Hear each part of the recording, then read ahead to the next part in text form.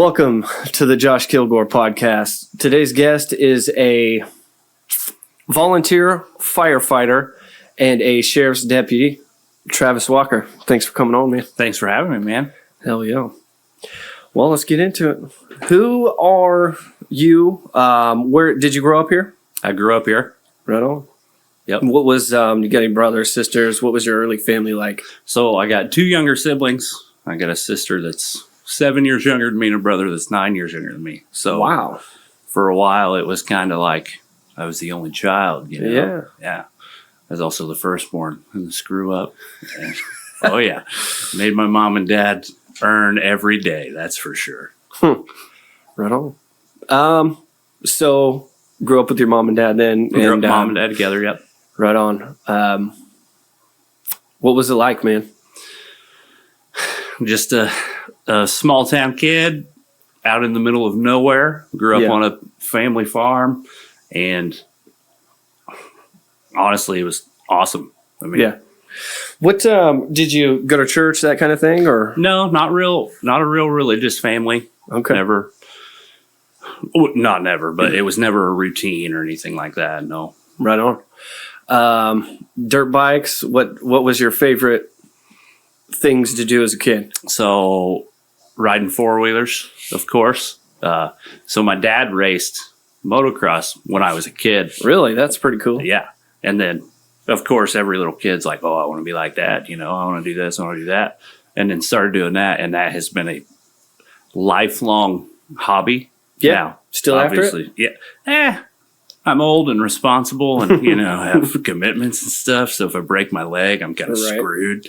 But I haven't rode in a long time, but I still got everything I need, you know. It's just one of those things. We did a lot. We did a lot of traveling. We met a lot of people. We made a lot of good memories. And honestly, it was a huge part of my childhood every summer. I mean, that's what we spent all summer doing. Yeah. And not like, you know, anything extravagant, but just hour here, hour there, you know, just wherever we could go all summer, go to every county fair and stuff like that. Like, it met a lot of people that honestly impacted my life further down the road as an adult. Really? You know, just because it's a small town, it's a small community. So people even from an hour, 2 hours away, I'm still friends with. Right on. Well, that's pretty damn cool. Yeah. So into school, what, Not a good student, I'll tell you that. I wasn't either because I thought school was a giant waste of time. Yep. I'm the same way. I mean, you know, first few years of school, I think every kid does fine because here we are. But when you kind of get a personality and decide you can make things for yourself, man, it was. I'm sure I caused a lot of the gray hair my parents had because from, I don't know, probably second or third grade to a senior in high school. I mean, bad in school, trouble in school, like nothing bad, but just, hey, he won't shut up. Yeah. Yakking. You know, I want to hang out with my friends. I don't want to listen to your crap. When am I ever going to use algebra? Like to this day, no, still haven't. Yeah. Come on. Somebody was telling me yesterday they're like getting some German exchange students or something, and in Germany, he said something about how they will split you up very early into, like, if you're going to do vocational stuff, they're going to put you with the kids that are more apt to do vocational stuff, and then, you know, if you're going to be a mathematician, they'll put you with those. That's when I thought that was a great idea. It is a great idea. You know, everybody has the same base, so we're still, you know, can function in life. But hey, you're not a total dipshit. Yeah. You don't need to be over here drawing pictures. You need to be out here working on a car. Like, why would we not? Yeah, it's interesting. It would make us too strong as a people. Yeah, they don't want that. It's too bad. It's too bad. I still think we're pretty damn strong, though. Oh, absolutely. Yeah, I think if anybody thinks otherwise, that they got another thing coming. But so there's a lot of BS on TV. You know what I mean? Oh, yeah. A lot of BS in the media, I guess I should say, online and whatnot about how, this. But I think when it really, really comes down to reality, that it's all a bunch of propaganda. Anyway, so we'll probably get into some of that. So just like yakking, class clown type stuff? Yeah, or? stuff like that. Not doing homework because, I want to get home and ride my four-wheeler or play with my dog or go shoot a gun or, hang out in the woods. Like, I love the woods. That was one of my favorite places as a kid. Yeah. Just being out and just exploring. Yeah, being left alone. Do what you want, Like, that was the biggest thing. Not a big fan of schoolwork. Right on. And then, of course, when I got into high school, it, was more important. I was like, I'm not going to college. Yeah. I don't need this. Like, I had zero want to go to college. Actually, I did at first. I wanted to be an auto mechanic.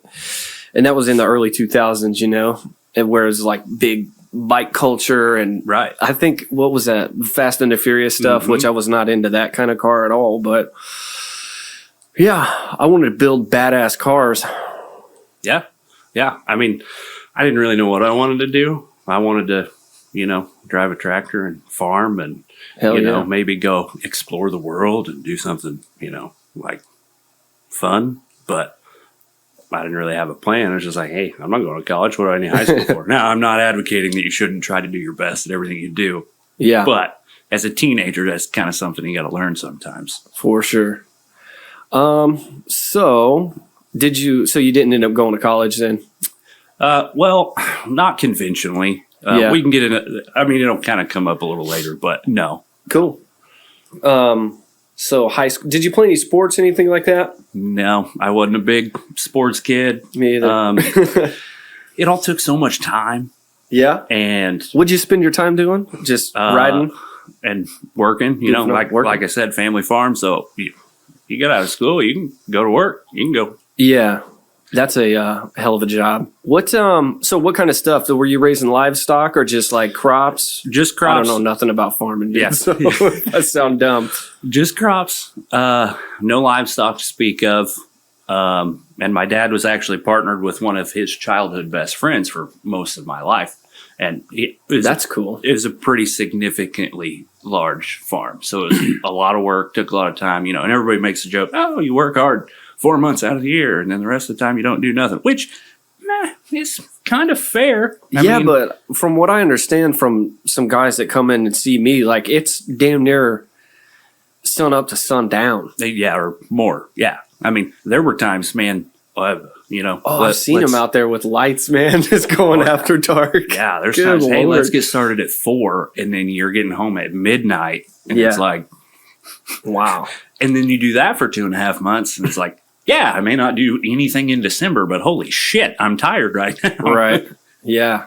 Good Lord. But I think that can teach people a lot, especially from a young age, because working like for an extended period.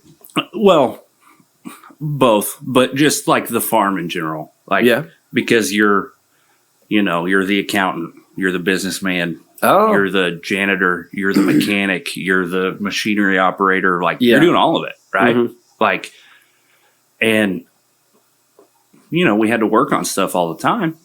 And so you're kind of learning, like, I don't want to say basic, but engineering. Like, because one of my favorite things about when I was a kid, I would work on my skateboard by myself, my bikes, and then we got into motorcycles and cars and things like that. And you eventually get to a point to where you can look at something, and if you look at it long enough, you can see exactly how it's working. You can imagine it, and that type of mindset is really good for that kind of thing. And I think it's important in life too, because you can look at certain things and say, okay, this is what's going on. What's the solution type thing? Yeah. Like, hey, this is broke. We can't get the part to fix it. We can't wait 5 days. Like, how do we make this work? Yeah. Gotta figure something out. And you got to figure something out. Right. And it really taught me that, hey, you don't think you can do this?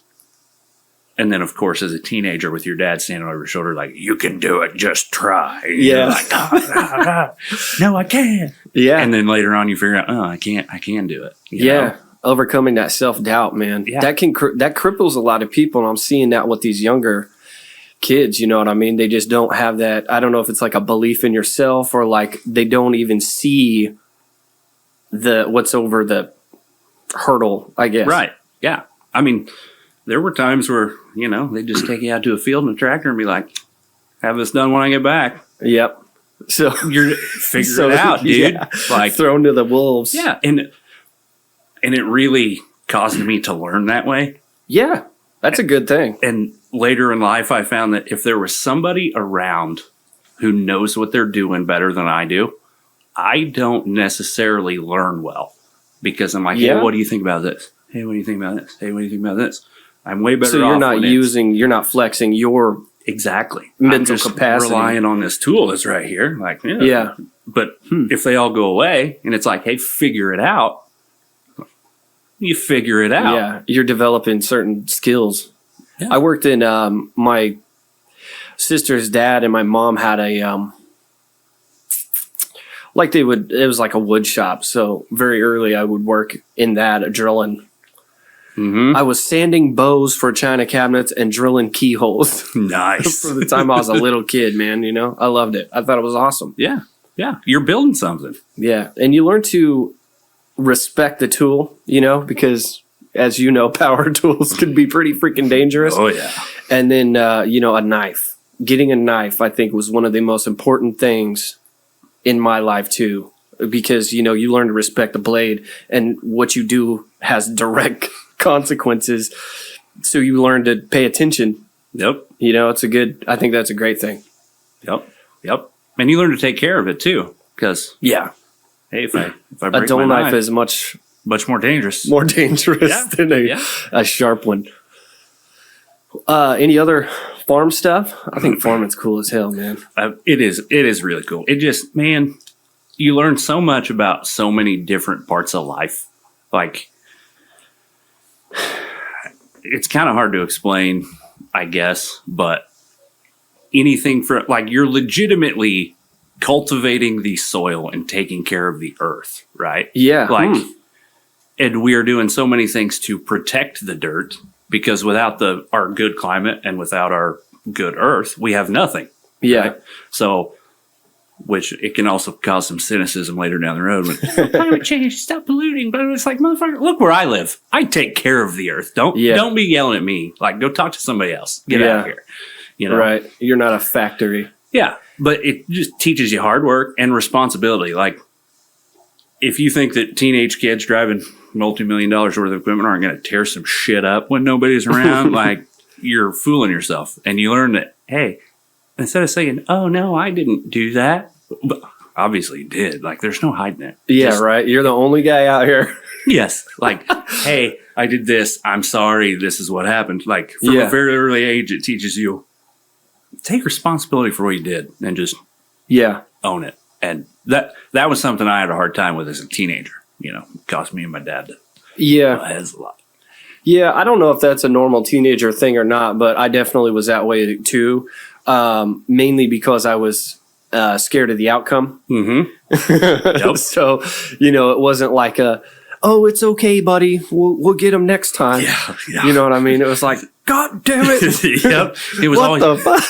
It was always come tell me and it won't be as bad as if you try to hide it. And I'm like, well, this is pretty fucking bad. So what's this going to look like? Yeah. But eventually you're just like, yep, I did it. Yeah. And I think that just comes with maturity. Yeah. And that's a good thing, man. I after, Leif Babin and what's his name? Extreme Ownership. Jocko Willink. Mm-hmm. Extreme Ownership. Oh my God, dude. That shit, I was like, yes. Yeah. Why aren't they teaching this shit in school? Yeah, dude. Seriously. I think that kind of argument is kind of fun, and we should get into that probably eventually. Yeah. But like the whole idea of public school is just weird to me, and then also people's thoughts on it, because like I think a lot of stuff should not be taught by school. It should be taught by your effing parents. Mm-hmm. You know what I mean? As opposed to the public school system. But I mean, maybe your parents don't know that stuff. So it's like, where are we drawing the line? And it's like taxes and stuff. People are like, oh, we should learn how to, do our taxes in public school or whatever else. And it's like, well, if your parents never really worked for themselves, like I'm not sure if my mom ever worked for herself or not, but like from what I remember, she worked a normal type of a job. So she didn't really know need to know how to do her taxes, I guess. Right. So you just take him to the guy and he does them and you pay him and you're done. Yeah. Yeah. Yeah. I don't know. And it's public school. We got to teach the lowest common denominator, right? Like not individually. Yeah. But some people are just dumb, right? It's true. Like, sometimes I feel like I'm dumb. Yeah, exactly. And some things I'm like, I have no idea what's going on. Oh, yeah, man. know? But, and if parents don't know, if nobody in your life knows, if you don't have any good role models that have any idea what they're doing, I understand. But and I feel like some of the teachers in school too blew my mind. You know what I mean? It's like, this is who you're appointing to teach us to shape the future of the world. Dude, seriously, like they're supposed to be like role models, right? And good, decent people. But like, I remember, I'm not going to say which grade I was in, but I was in 8th grade and the teacher, man, would just make fun of people. And like, I got singled out for wearing a black t-shirt with a skull on fire. Okay. They made me turn my t-shirt inside out. Okay. Like, why? Because it had a skull on it. I was obviously worshiping Satan. That's ridiculous. Yeah, man. But public school, man, what a deal. What a weird thing. And the funny thing was, I went to school back when Noble was still open, right? Yeah. When did Noble shut down? I want to say did you go all the way? I went all the way. My sister almost did. So I want to say it shut down in 15 probably. Really? Huh? Yeah. So, and obviously I never went to school over here, but talking to people, the dynamic seemed a lot different, even just separated by 7 miles, right? Yeah, there was always a weird thing between Olney and Noble. It was I don't know why. I don't either. Go to a party and then just Noble kids are beating up Olney kids. Olney kids are beating up Noble kids for no reason. Yeah. And now the majority of my friends, kids that went to Olney, right? But just dumb kid stuff, right? Rivalry and blah, blah, blah. But what are some differences you noticed? So there were instances, and this wasn't the same way for everybody. We just kind of got lucky with some teachers. We had all really good teachers. I never really had a complaint about any of them. And I was the person complaining about school all the time because I was school. Yeah. But we got lucky too and had some grade school teachers that jumped up to middle school with us. And then so there are teachers through middle school. And then they jump up and they start teaching high school. And then, we had some teachers you would have for a class or two for 7 years in a row. Wow. And yeah, so you would almost have to build some kind of a relationship at that point whereas in Olney, it was okay, you go here for a year, then you go there for a year. Yeah. And we had a big class and we had 38 people, right? The class behind us had 11 people in it. And good God. Yeah. Talk about building a relationship between your student and your teacher, right? Yeah. Just this, a person can only manage 5 people, statistically. So that's obviously way better. And we would actually develop friendly, you're my teacher and I'm going to respect that, but you're also my friend. I can come to you for life advice and you're going to give it to me. Yeah. I had a math teacher. I won't say his name, even though it's all good stuff, but got to the point where he's like, I know you're not going to do my homework. I know you're not going to participate in class. I know you don't want to be here. So shut up, let everybody else do it, and we'll work something out at the end of the year. So in 7th grade, right? He's like, whatever you get on the final is what you get in the class. I'm like, all right, cool. Because I'm a master procrastinator. I can wait and do nothing till the last minute, just barely skate by. It's more of a challenge, right? Yeah. It's way harder to do. I have to do it. So now I'm going to do it. That's how I viewed school too. I did what I knew was kind of the bare minimum. And I would exactly like you just said. Yep. That's it. That's all you're getting. And it's going to be at the last second after you've told me 3 times. Yeah. It's too late because it's more exciting, I guess. You're a teenage or an adolescent boy. What does every teenager, adolescent boy want to do? Adventure. Yeah. Take risks, So that's what I would do. So that precedent started in 7th grade all the way up to I was a junior in high school. Mm-hmm. And basically all year he wouldn't say a word, and then he'd end up final would be same deal as always. Whatever he gets, what you get. Roger that. So Jeez. Is that a great way to approach school? No, but that's a great teacher to have because he's like, look, I know you're not interested, but I also know you're not stupid. Yeah. I know you just, Well, we're all different, right? And we all have our strengths and we all have our weaknesses. So it's like, if as a leader, if you see a kid is not functioning in this system, why not change it a little bit? Yeah, why not change it a little bit? Yeah. We don't all adhere to the same deal. We don't see life the same. We don't, you know what I mean? We don't feel the same. We don't think the same. So why make us all go through the same deal? And then, this kid's over here feeling like, oh, I suck at school. Mm-hmm. And like, why do I suck at school? And these people are good. And it's like, that could be bad for a kid. I would. Absolutely. And that even translates into later in life in leadership. Like if you're leading somebody and you want to give them tasks or responsibilities. Yeah. I hate the mindset of you're going to do all this because I said so and then I'll reward you. Right. Yeah. Like that's you're going to do all this terrible stuff you don't want to do. And if you do really good at that, I'll let you do this thing you want to do. It's like, hey, how about we look at him? We're like, hey, this guy's really, really good at this. And even if it's menial stuff, inventory, or just cleaning something, like if this guy is really, really good at working on cars and likes cars, I'm not going to have him filing paperwork in the back and be like, hey, dude, go change the oil in this truck. Go wash this thing. And analyze these numbers. Yeah, and he's going to be excited about it. He's going to be like, I get to do this. Yeah, right. Absolutely. And he's going to do a really good job. Yeah. But if you're, on the other hand, if you're forced to do something you don't want to do, it's like you're going to do a half-assed job at it. You're not going to feel good about it. You're not going to, You're going to dread it the whole time. Then you're going to be mad you had to do it, which whatever maybe isn't right, but it's just human nature, right? Right. You're just like, this sucks. I don't want to take out the trash. Right. Nobody wants to, but you got to.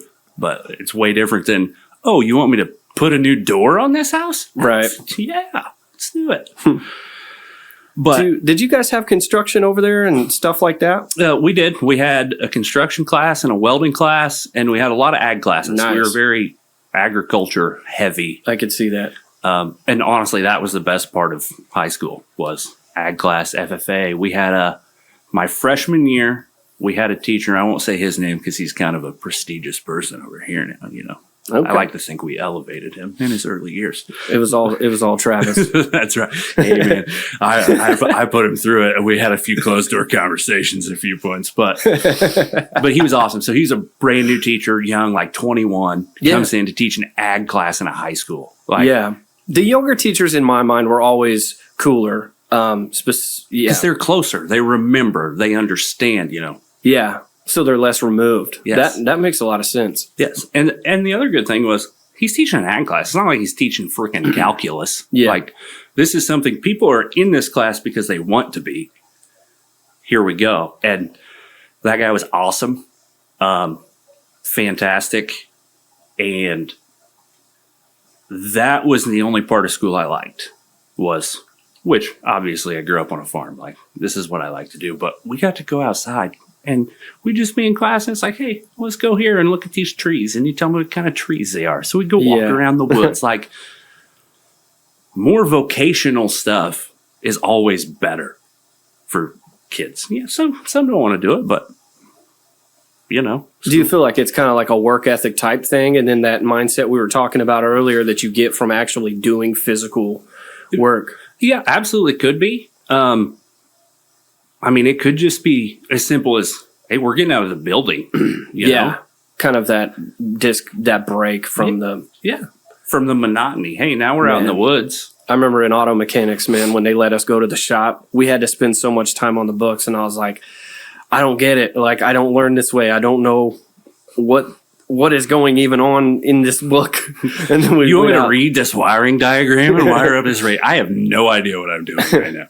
But once we went out to the shop, you know what I mean? And I could visually see that stuff and I could work with it. Then is when I started learning. And that's when the fun started for me. Yeah, absolutely.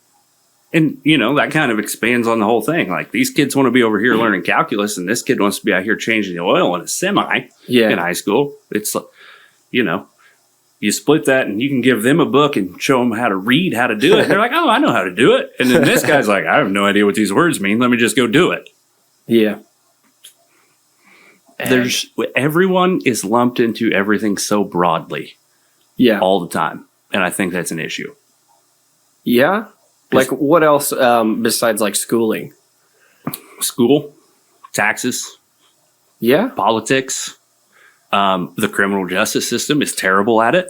Yeah. Just societal norms and stereotypes and stuff. Like, yeah. It's always this group of people, this group of people, this group. Well, guess what? Yeah, so like that division of us, like demonizing each other, or telling each other like, oh, this person is, you know, bad, they're a crazy, you know, this guy's a Nazi, or that one's a crazy leftist hippie, or you know, whatever else. And when at the end of the day, we're all Americans, you know. Yeah. And Americans. We're all individual people. Most of us can sit down in a room and have a conversation one-on-one and not bring that stuff into it and get along great. Right? Yeah, as soon as you... and especially if you... as soon as you throw something in the mix, like, like politics or religion or something like that, it just can... People get very emotional about that kind of stuff, and I don't really understand it. Because I've always been a fucking weirdo, and I've always kind of just embraced that, or at least tried to. So I don't understand why. Why do you think people get so emotionally invested? I understand the religion thing, right? Because if you believe in God and Jesus that came to, you know, for our salvation, that's kind of a big fucking deal, right? And but I mean, if you are following Jesus at the same time, you know, love your brother as yourself. You know, and all of that stuff, like why would you not be loving your brother? I think there's a multitude of reasons. I mean, I think it can be as like religion, where this is this deeply important personal value I have. Yeah. So if you don't believe it, like I just can't fathom that, you know? Yeah. Like, so it's an almost a non-understanding from one side to the other, like a resistance to understand. Yeah, I think so. And then I think it even goes down to as simple and as shallow as I'm trying to make you understand my point and you're not listening because you don't want to, and now I'm getting mad because you don't want to listen. It's like it sucks to not feel like whoever you're dealing with wants to understand you. You know what I mean? If you're talking to a brick wall, that's never fun. Yep. And that's what a lot of this is, right? Like, well, this happened because no, it didn't. This happened because this. First of all, neither one of you fuckers know the truth. Yeah. Like, and neither do I. There? Yeah. And nobody ever will either. That's a big thing that I say about like politics and stuff. And people's like, oh, this is what's wrong with our country, or that's what's wrong with our country. And it's exactly what you just outlined. Exactly. Yep. Just like, I don't know. I wasn't there. You know what I mean? Was some guy just, I don't want to go there. So never mind. But like, well, this happened and we believed it for 45 years. And then guess what? Yeah. So you're invested. Is like, here's this evidence that this never happened. And people are like, wow, that's fake. Well, how do you know this isn't fake? Like, it's the government. You trust them? Come on. Get out of here. Yeah, man. The disconnect. It's not good. It's not good. We should be the United States. Yes, that is true. What else, man? Okay, so you said we talked about the school system in that regard and religion. What else, man? Like you said, do you care to go into the criminal justice system? Yeah, well, open book. Cool. So how... I'm drawing a blank right now, man. I'm sorry, but with the whatever we were just talking about, how does that relate to the criminal justice system? So now, I don't want you to get in trouble here for saying something. No, would be good. I get in trouble all the time. It's no big deal. But and obviously, I'm not going to lump the criminal justice system into groups of people either, right? Because then I would be contradicting myself, which I'm a walking contradiction anyway. But aren't we all? Yeah.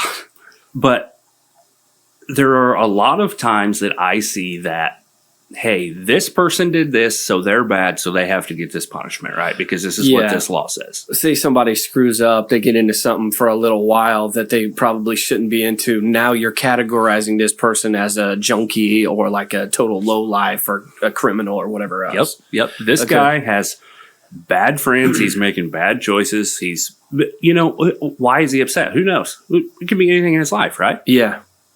He goes out and he gets hooked up with these bad people. He does this thing one time and is like, oh shit, like I'm going to get on the straight and narrow now. Yeah. However, he is going to be punished the same way as this guy who has done the same thing every day for 10 years, doesn't care about anything. Yeah. He's like, these two are not the same people. You cannot treat them the same. So you feel like there's not like a, what do you call that? Like a discretion or like kind of like any kind of grace. Maybe sometimes, but like, do you feel like there should be more or? Well, sometimes, honestly, I feel like there should be less. Yeah, less grace. Okay.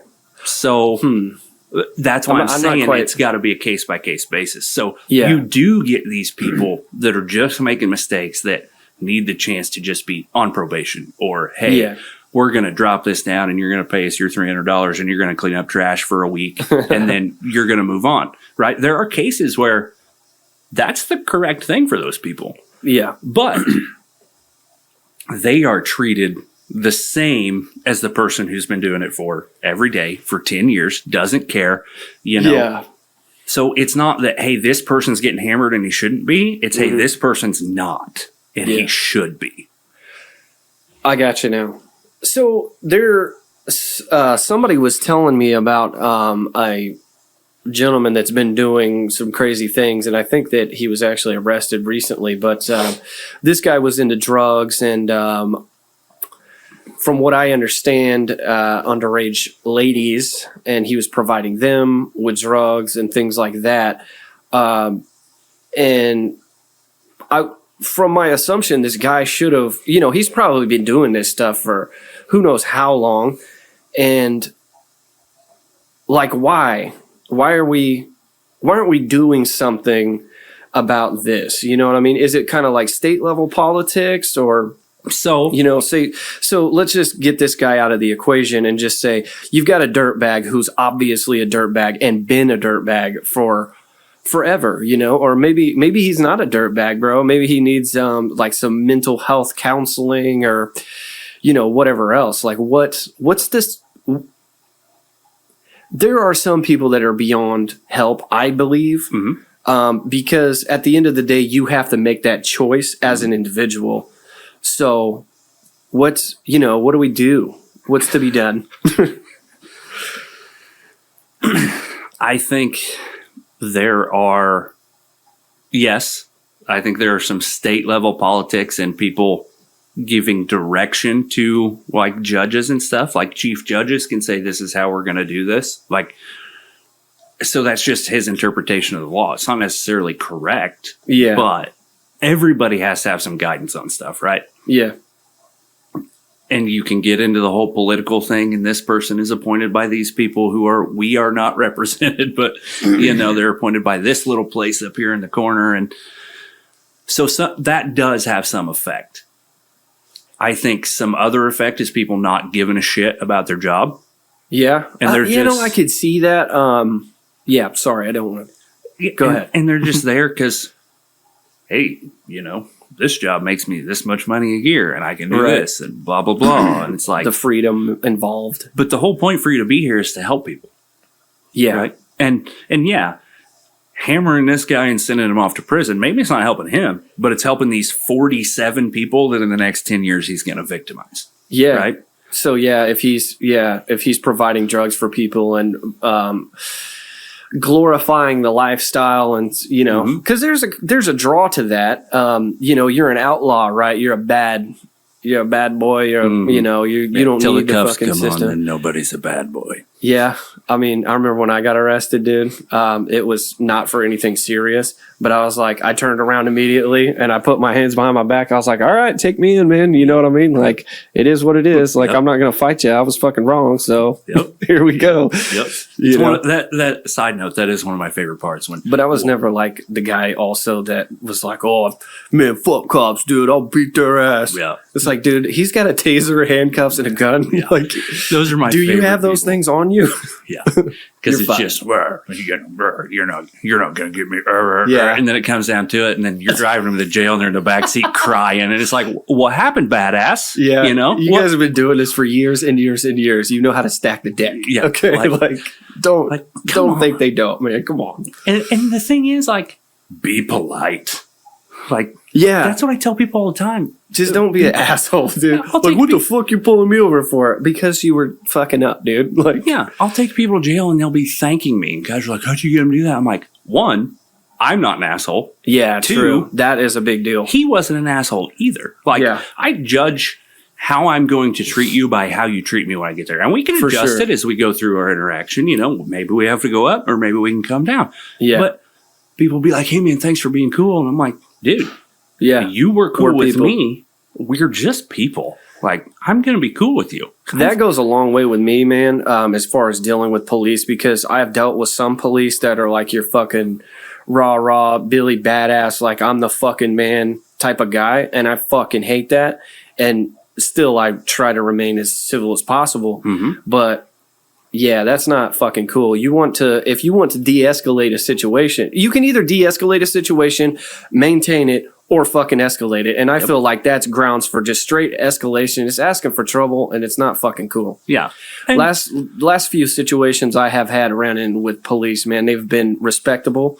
They speak to me like I'm a human being, you know, and not like I'm less than. And I really, really appreciate that. Yeah. And look, again, groups of people.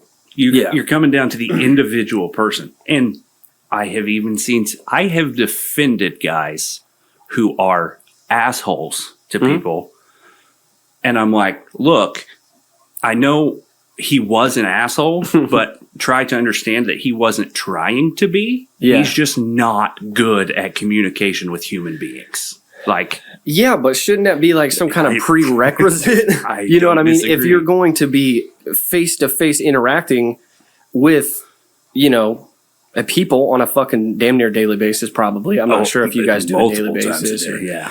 I mean, shouldn't they teach you like some kind of like, okay, guys, if you're going to be like this and you're going to come off as aggressive and come off this way, like, you're probably not going to be met very well. Now, whether that individual takes that or not is up to them. And there is training and stuff like that is for that. Because that's cool. We're just pulling people off the street, right? Yeah. And it's hard to hire cops in the United States in this day and age, and it's extremely hard to hire cops in Illinois.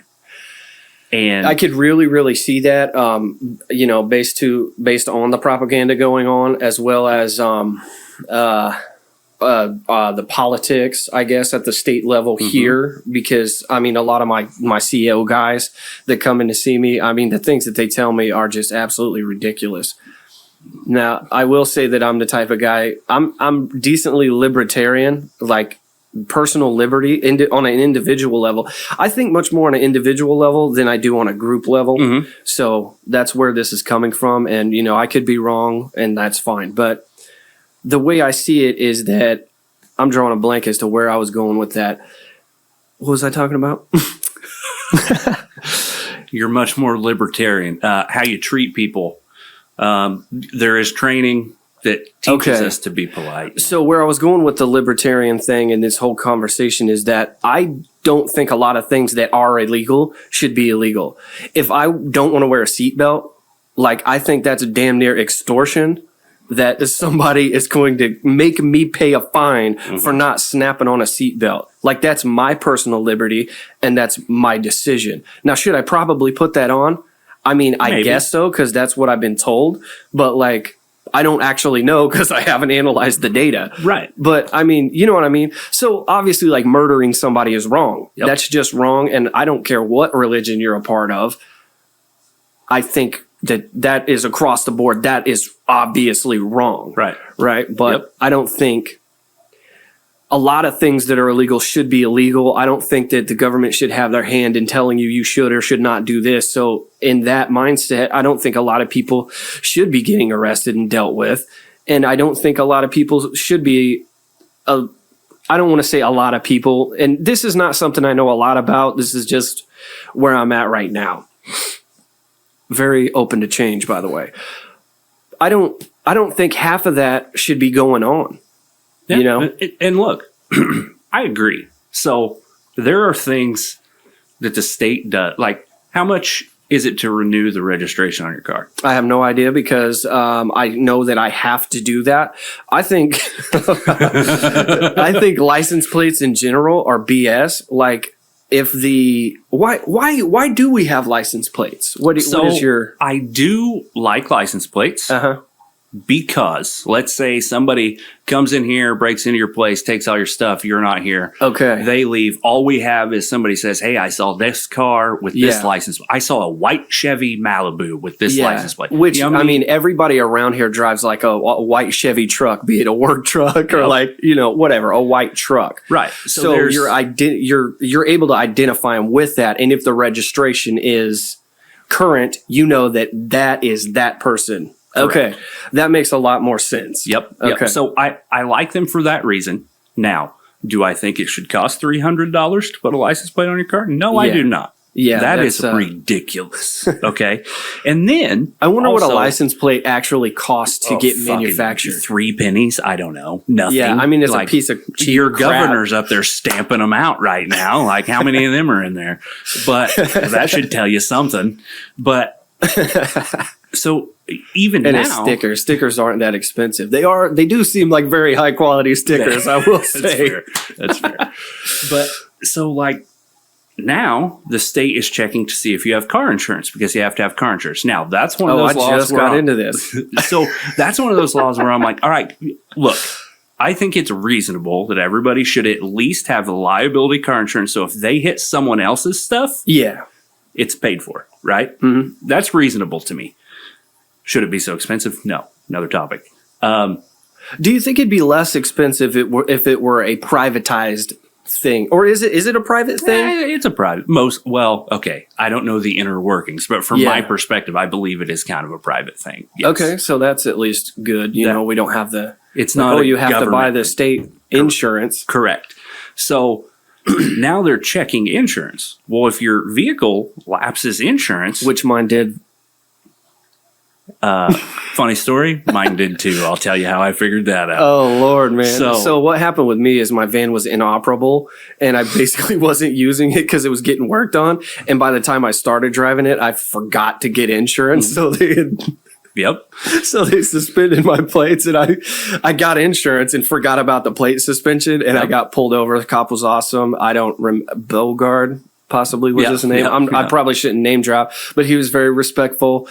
He gave me the ticket. I don't know. Is that a thing that you can use your discretion on? Absolutely. I don't want to. Absolutely. Okay. Well, he decided to give me a ticket anyway, and I was all cool with it, and it was all good. I dropped my brother off and whatnot, and came back home, and I looked it up, and I was like, $1,000 minimum fine. Yeah. So. Good God.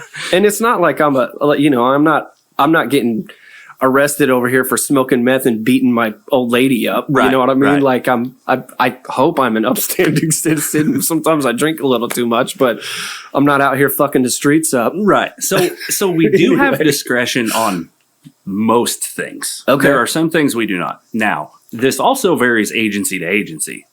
Like county to county? County to county, city to city, state to state. Like I gotcha. Because you have a policy that dictates, how you're going to handle it. Like, with my agency, we have a lot more discretionary freedom. Like that's awesome. And it's how it should be. It's pretty much, hey, if you don't think they deserve it, don't give it to them. Yeah. And so, but I think it is extortion from the state to say, hey, you didn't pay your insurance, so now we're going to suspend your plate. And make you pay $100 fine. Not tell you. Yeah, you think they should notify you? Fine. Yeah, they should.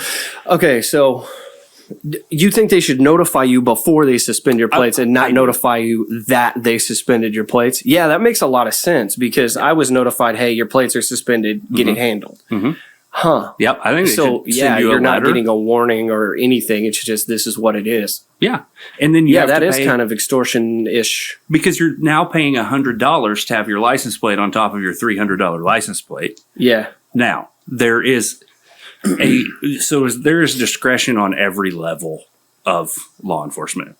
The cop on the street, your supervisor can say, we ain't doing that, guy. Kick it out of here. Yeah. Your, your chief or your sheriff or whatever can do the same thing. And then when it goes to the state's attorney's office, they can do the same thing, and they can just bring it up in court and be like, oh, no, we want to dismiss this, blah, blah, blah. The judge never usually balks at that. Right. Yeah. And I understand doing your job. However, stuff like that, like you were talking about, laws that shouldn't be laws. Yeah. Why is that here? That is here to generate money for the state, right? Yeah. And policing for profit is awful, bad. Don't do it. Terrible. I will refuse if it comes down to that. I'll be like, nope. See ya. I'm out. Yeah. I wasn't necessarily mad at the situation that I was just in until I realized it was $1,000 fine, and I have to dedicate my time, which, as a business owner, my time is very valuable. So, well, I mean, to me at least, Right. You know what I mean? So I have to call off of my work and not make money and possibly even spend money in court costs because of this ridiculous situation in my mind. So, yeah, that's not cool, man. No, I It's agree. not cool, but And at the end of the day, I'm not really mad at anybody other than possibly the legislation. I think it's kind of bullshit. right. And I'm not about, hey, this guy's following orders and doing what he's told. Because guess who else followed orders? People in Nazi Germany. Like, come on. Like, that's a piss poor excuse. However, there are some things that I can't talk about right here. We can talk about when we turn this off. Sure. That I will key you in on a little bit, but we'll just digress from that for now. But discretion is important. And that goes back to the don't lump people into groups. Right. Yeah. So if like these all cops are bad people, like I don't believe in most of the law.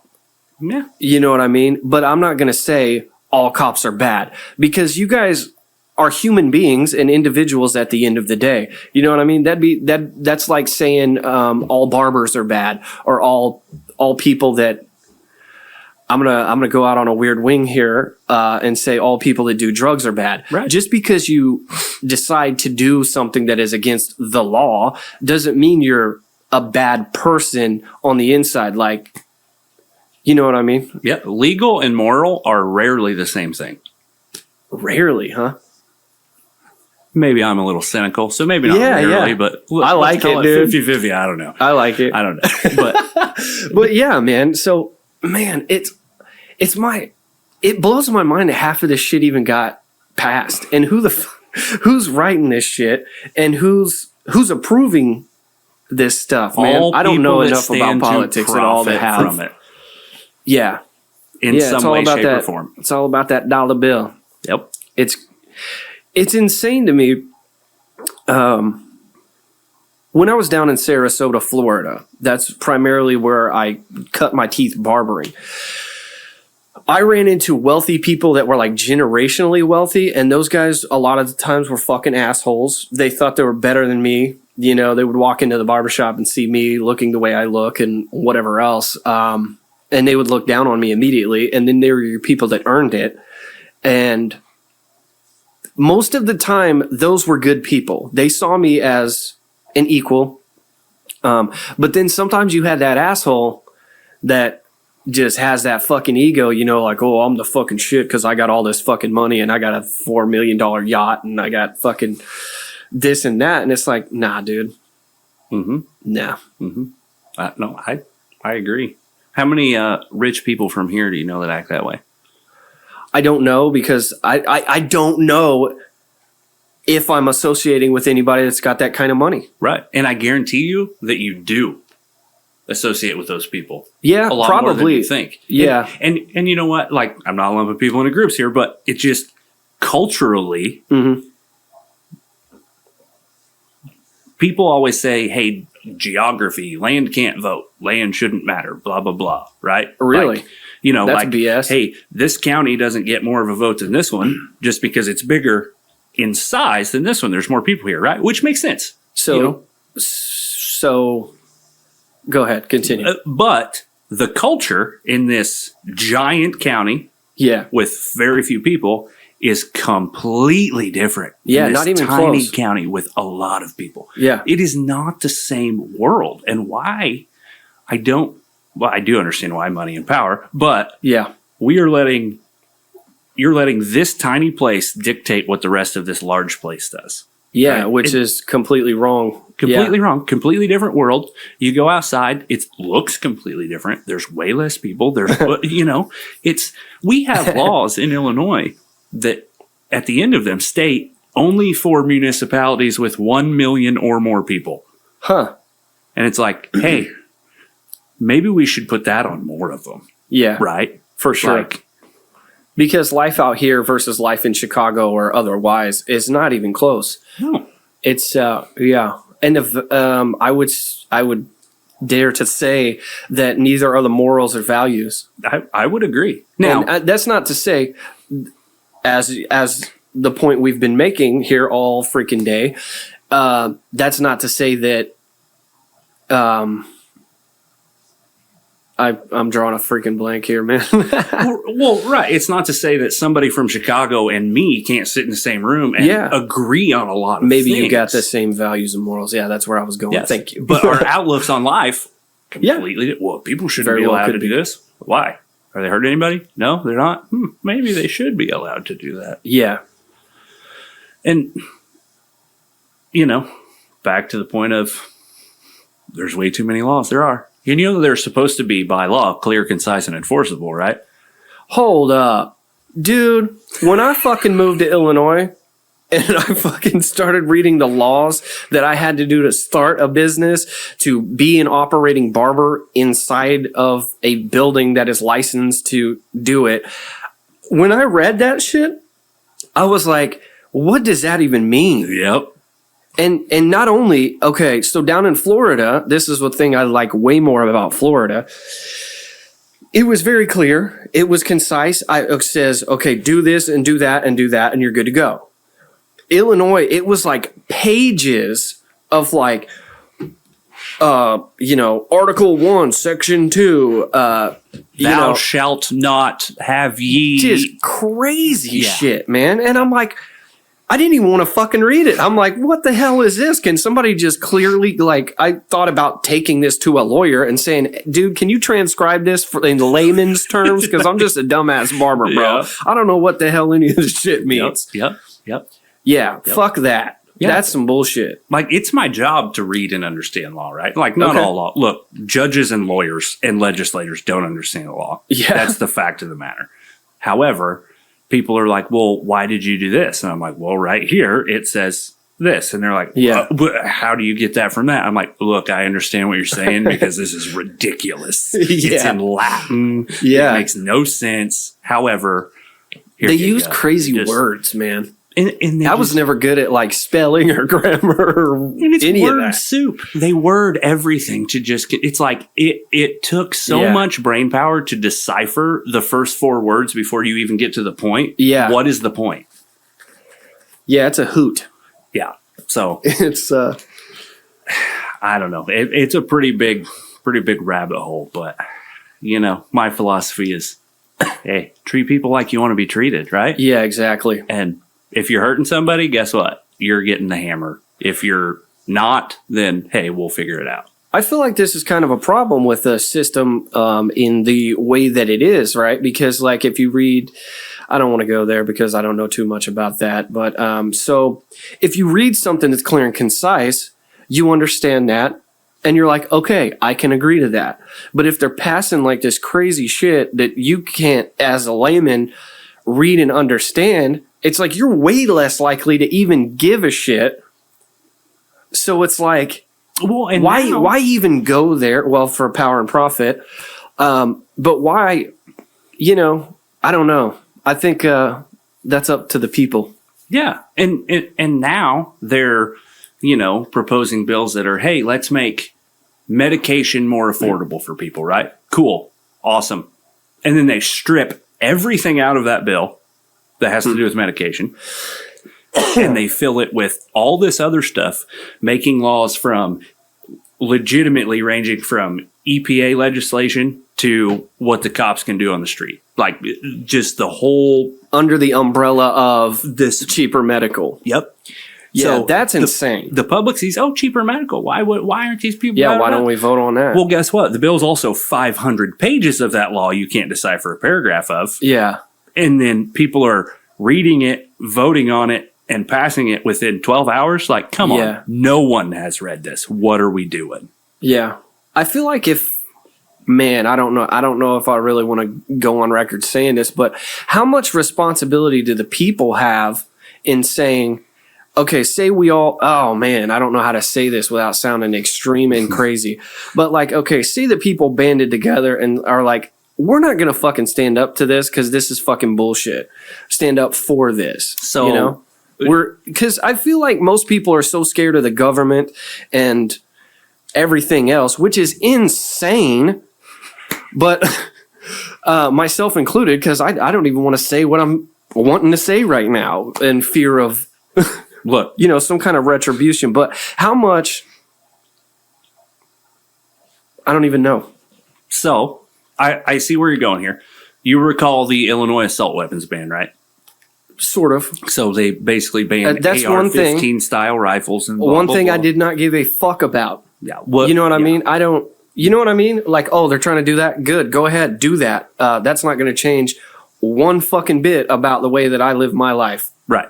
Now, except it's harder to go buy a new rifle. That's the only problem. Well, yeah, that's fine. Other than that.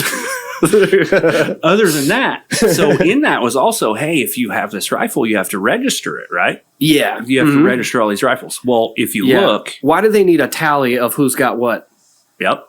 So if you look, and I don't remember what the percentage is, so I'm just going to make up numbers, but at one point it was like 0.5% of people that owned assault weapons registered them. I think we're up to like 5% maybe. It was what? It was like 0.5%. You go, Americans. Exactly. So what people were doing was they're saying, I'm not in government. I'm not doing that. And guess what? They said after this date, you're going to be liable for charges. And guess what they've done since then? When they're like, hey, literally no one has done this. They're all basically saying, screw you. We're not doing it. What are we going to do? They're like, yeah, just drop it. Just leave it alone. So do you feel like that was kind of like a probe? Like to kind of probe the people to see where we're at and what they can get away with? Yeah, it was probably multifaceted, Hey, look, I think it's a political stunt because I really do think the Supreme Court's going to knock all this stuff out and be like, you can't do this because it's pretty I hope plain. That they do. Like, even me, a guy that can't read law, I can read that and be like, that's pretty clear and concise. Like, this is no good. Now, political stunt, hey, we tried and they wouldn't let us, so more propaganda. They're bad, we're good. That's the whole thing. It fuels money and power. Money and power. It's all these people care about. Do you feel like the division does that too? Why do you think? Okay, so like the propaganda machine is trying to divide us by race, which is absolutely ridiculous. They're trying to divide us by how much capital we are able to gain or have. They're trying to divide us, you know what I'm saying, in all of these ways. What do you think is why? Why would they try to divide us as a people and as a nation? What are they gaining from that? United we stand, divided we fall. Right. So, and do you feel like it's these people are like, oh, Biden's taking all this money from China or whatever else. So do you think it has something to do with another government funding these people that in power in order to divide our country and then eventually like topple our system? I don't know. Like, I'm just, because balling here. Here's the deal.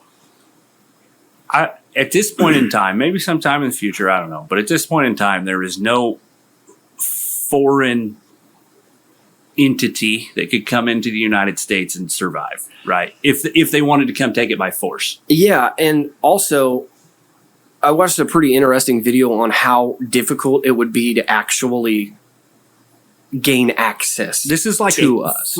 The United States of America is almost like a castle. Yeah, In and of itself, right? Mm-hmm. Like, good luck strategically. Number two, yeah. what was the World War II general's name? I know who you're talking about. Is he the guy with the sword? Yep. This guy with the sword. But basically said, hey, first of all, they bombed Pearl Harbor, and he's like, I think all we've done here is awoken a sleeping giant. Like, this was a bad idea. Well, we were largely out of World War II, right? For most of it. And then when we came in, it was over within a relatively short period of time as opposed to the rest of it. Correct. And he also said, like they wanted to invade the mainland United States. And he's like, you can't do that because behind every blade of grass, there's an American with a rifle. Yeah. Like, yeah. And that people still want to holds bitch about. true. Yeah. Go ahead. So I don't know if it's, hey, we're going to do this and we're going to divide them so we can go take their country, right? Now, is there some, hey, we want to knock them off their foundation financially, and then we can take advantage of all this and make some more money and gain some more power? Sure. Yeah. And then I think the people that they would and may be using to do that are just looking at, I have more money and more power. Yeah. And that's all they care about, right? Yeah, that makes sense. They don't care about people. And people get so worked up and arguing about them, and this person's better and this person's better. Neither one of them care about you. Yeah, exactly. Like the people that think like, oh, Kamala Harris is, she cares about the people. Like, I don't think any of them really give a shit about the people. Like, and then on the other side too, like, oh, Trump really cares about this and that. And it's like, I don't know, man. I think to amass. See, this is something I'm kind of confused on too, because like if you amass a certain amount of wealth, like you've got to be a certain type of person to even do that in the first place. Like I would not want near what the top, I don't know, 5%, maybe even 10% of Americans have. Like I wouldn't, why? Mm-hmm. Like, why do you need that? Mm-hmm. I would end up donating an unbelievable amount of it to people and like educating children and like whatever else. Mostly children, I think, is the way to go there. But yeah, but how much money are those people donating to good causes for a tax write-off? Yeah. You know what I'm saying? Right. Because you do get a tax write-off for donating to charity. So I would assume that those people, as much as we want to demonize them or say, they're this or that, are probably donating a considerable amount of money to charities.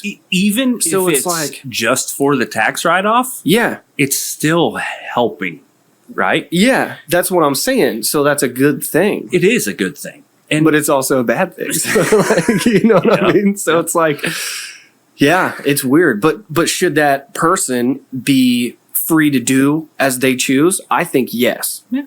Yeah. I mean, because I think freedom is the ultimate idea. And and look, like I think it is probably a pretty reasonable thing to assume that old Donnie's presidential time has cost him more than it has made him. Now, is he a egotistical egomaniac and all he cares about is the power inside his mind, but he's going to do good stuff to get power? But if that's kind of weird. Who gives a shit, right? Yeah, that's a weird concept to me. I've been demonized for that type of thing because my door is an open door. If you have any questions about men's haircutting or anything, my door is open. And somebody was like, oh, you just want to do that for your own ego so that you can be like, oh, I taught this person something, so that's me right there. No, it's not me. I'm handing a person keys and tools, and maybe they can teach me something. You know what I mean? And we can all come up together. Yes, it does feel good to hand somebody, something, maybe a missing piece to the puzzle. And yeah, that does feel good. But is that feeding my ego at the end of the day? And no. Because if you are an egotistical asshole, you'd be like, no, they can't come into my shit. I need to, hoard. Yeah, I'll give you this, but you're going to pay me for it. Well, that or just the gatekeeping. Yeah. You would be a gatekeeper of the knowledge and not want anybody to be able to know the things you know and shit like that. It's like, right. It's a weird thing. It is a weird thing. But that's the thing. It's like, if you do something good for a bad reason, is it good or bad? Do something good for a bad reason. Yeah, I mean, inside of you, I would say if you're doing it for a bad reason, that's a bad deal, but that's for you and not for everybody else if you're doing good things for everybody else. You know what I mean? Yeah, so it's like, there's no way to know. There's no way to tell. Yeah. I don't know. My only thought is like, dude, if I could be laying out on a golf course with my supermodel wife and have all of this stuff that I have and never have to do anything and just could have anything I wanted at the snap of my fingers, why would I go get shot in the head? Yeah.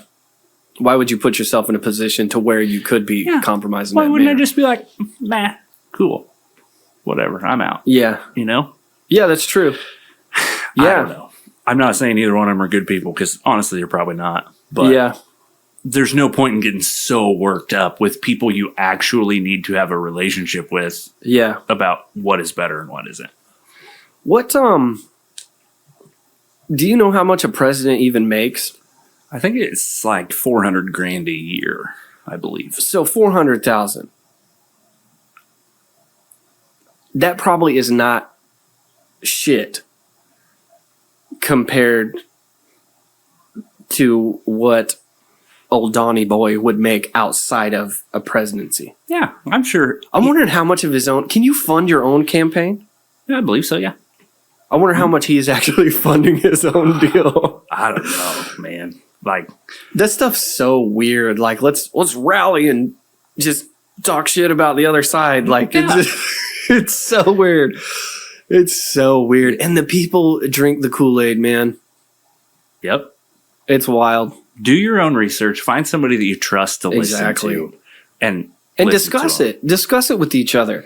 Discuss these types of things. Me and him may not agree on much at all, but we're sitting here having a civil discussion with open minds, and maybe we can learn something from each other and meet closer in the middle and become a united America again.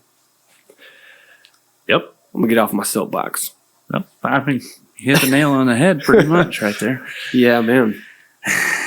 I'm over here sitting, talking to laws are stupid to a law enforcement officer. Dude, some laws are stupid. Like, I'm a walking contradiction. I work for an elected official, and at the same time, I'm like, F the government. Like, you are the government. Be the change you want to be, right? Yeah. We are the first line of defense against a corrupt government to the people. That's what we should be. Really? And that's what I try to be. I wonder if, because especially in our area, we have a lot of veterans, and some of those are some real serious people that did very, very serious things. A lot more than people think around here. Yes. So, I mean, and these people aren't dumbasses. Oh. You know what I mean? They are trained, and they would probably, it's like riding a bicycle, I would assume, and not good. Not good for anybody. Well, I mean, I feel like that's half of the reason the ATF kind of cowered down on those forced reset trigger things. You know, they'd show up at the manufacturer's house and be like, do you have this? And then oh my God, I've seen videos. These guys are freaking G's, dude. And they were like, no. Yeah. And look, for the record, F the ATF. Like, get out of here with your NFA. What is the ATF blah, blah, blah. again? Alcohol, tobacco, firearms, and explosives. There's no way they left that out because it's not as cool. I guess. I don't know. All they do is shoot your dog and violate your rights. That's it. I'd be fucking pissed if somebody shot my dog, dude. Dude. I'd probably cry about it. So I'd definitely cry about it. I got bit by a dog at work one time. You got bit by a dog? I got bit by a dog. That's like some shit you'd see on a cartoon, bro. Like, yeah, it just this beautiful little Australian Shepherd. I get out of the car, I didn't see him, and he just zoomed. They're quick, and he's on my leg, and I'm like, bro, get out of here. Whatever. Well, did you tase him? No. So at one time, we had a person who worked here that shot somebody's dog. Oh, man. Rough. Wow. Right? That sucks all the way around, dude. And you know what I mean? and, Like, what are you going to... If you got, like, a big-ass dog coming at you, I'm sorry, if I'm concealing and carrying, I'm going to at least pull my pistol out until he's about right there. Mm-hmm. And be like, yep, he ain't stopping. And I like dogs more than people, right? Like... Yeah, I can understand why. Yeah, dogs are fantastic. Most of them. Now, I understand why, hey, I got this big-ass dog coming at me, and he's looking at like, I know he's going to grab hold of me. Yeah. Cool. I get it. But we also, in this line of work have a kind of morbid sense of humor. But so I go back to the office and I went and told him, I'm like, hey, got bit by a dog today. I didn't shoot it because I'm not a bitch. And he just laughed. He's like, why not? I'm like, he's doing his job. I came to his house. It's true. His house. Like, somebody walks up into my house, you don't think I'm going to bite him? Yeah, facts. I guarantee it. Don't do it. Yeah. I promise you won't. Not good. Like, come on. Yeah, man. Dogs. But I don't know. Just we shouldn't group all dogs into the same category.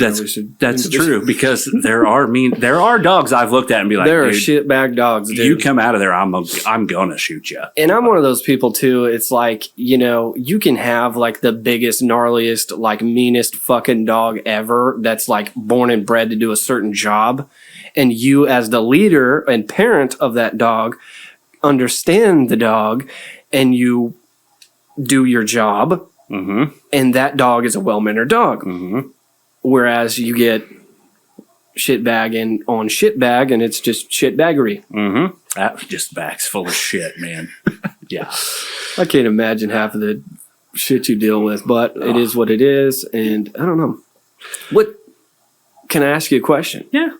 What do you think is the solution on a, I don't know, like maybe a community level to kind of uplift the people and kind of, I don't know how to say, like maybe phase out like so like me, I went into hard drinking and drugs and shit due to not knowing how to cope with my feelings. I'm a pretty sensitive guy. And I don't know, it's just kind of something I grew up around, just cracking a beer after a beer and you drink and whatnot. And I'm not saying anybody I grew up around was like, violent or crazy and like lost their mind or nothing, but that's just kind of a thing. Mm-hmm. It was just beer drinking. And so that's eventually how I coped with my shit. But what's the fix, man? How do we uplift one another as fellow Americans, and how do we take care of these? I don't know if you would equate that to a mental health situation. I mean, my therapist thought I was bipolar possibly and some other things too. And I don't know how much of that's hereditary or what, but how I would deal with my shit was alcohol and drugs and still sometimes alcohol. Yeah. But what's the fix, man? How do we get away from that? And how do we uplift the people? What do you think? Have you ever thought about that kind of thing? Honestly, I think it's super individual. Yeah. And I think it is having good individual relationships with other people. Like more of a sense of community, right? Yeah. So like back in the day before the modern systems, you would have, say I had a kid and you're a blacksmith and my kid takes an interest in blacksmith. I would, we'd be a small community and I would say, hey, why don't you go hang out over there today? Mm-hmm. And I would trust you enough to where, he's going to watch him out. He's going to take care of him. It's not going to be a big deal. Exactly. So that kid he starts working with his hands and getting those morals and values and those lessons from that and using his fucking brain and whatnot. We don't have that. No, we don't have that anymore. And especially after COVID, like just the separation in community just seems very gnarly, you know? The world definitely changed. It's wild how that one situation, how long was that? A matter of months, really.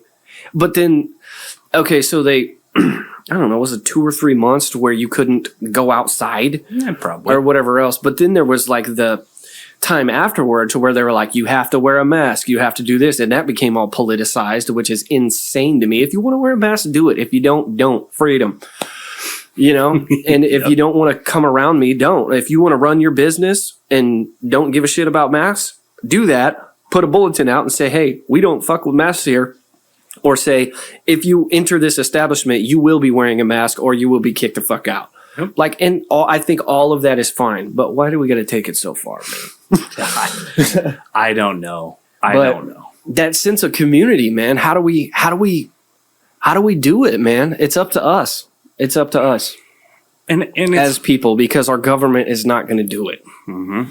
You know, I think we all need to accept some responsibility. You know, it's easy not to. It's easy, right? It's not easy to look in the mirror and say, you know what, I kind of was a shitbag today.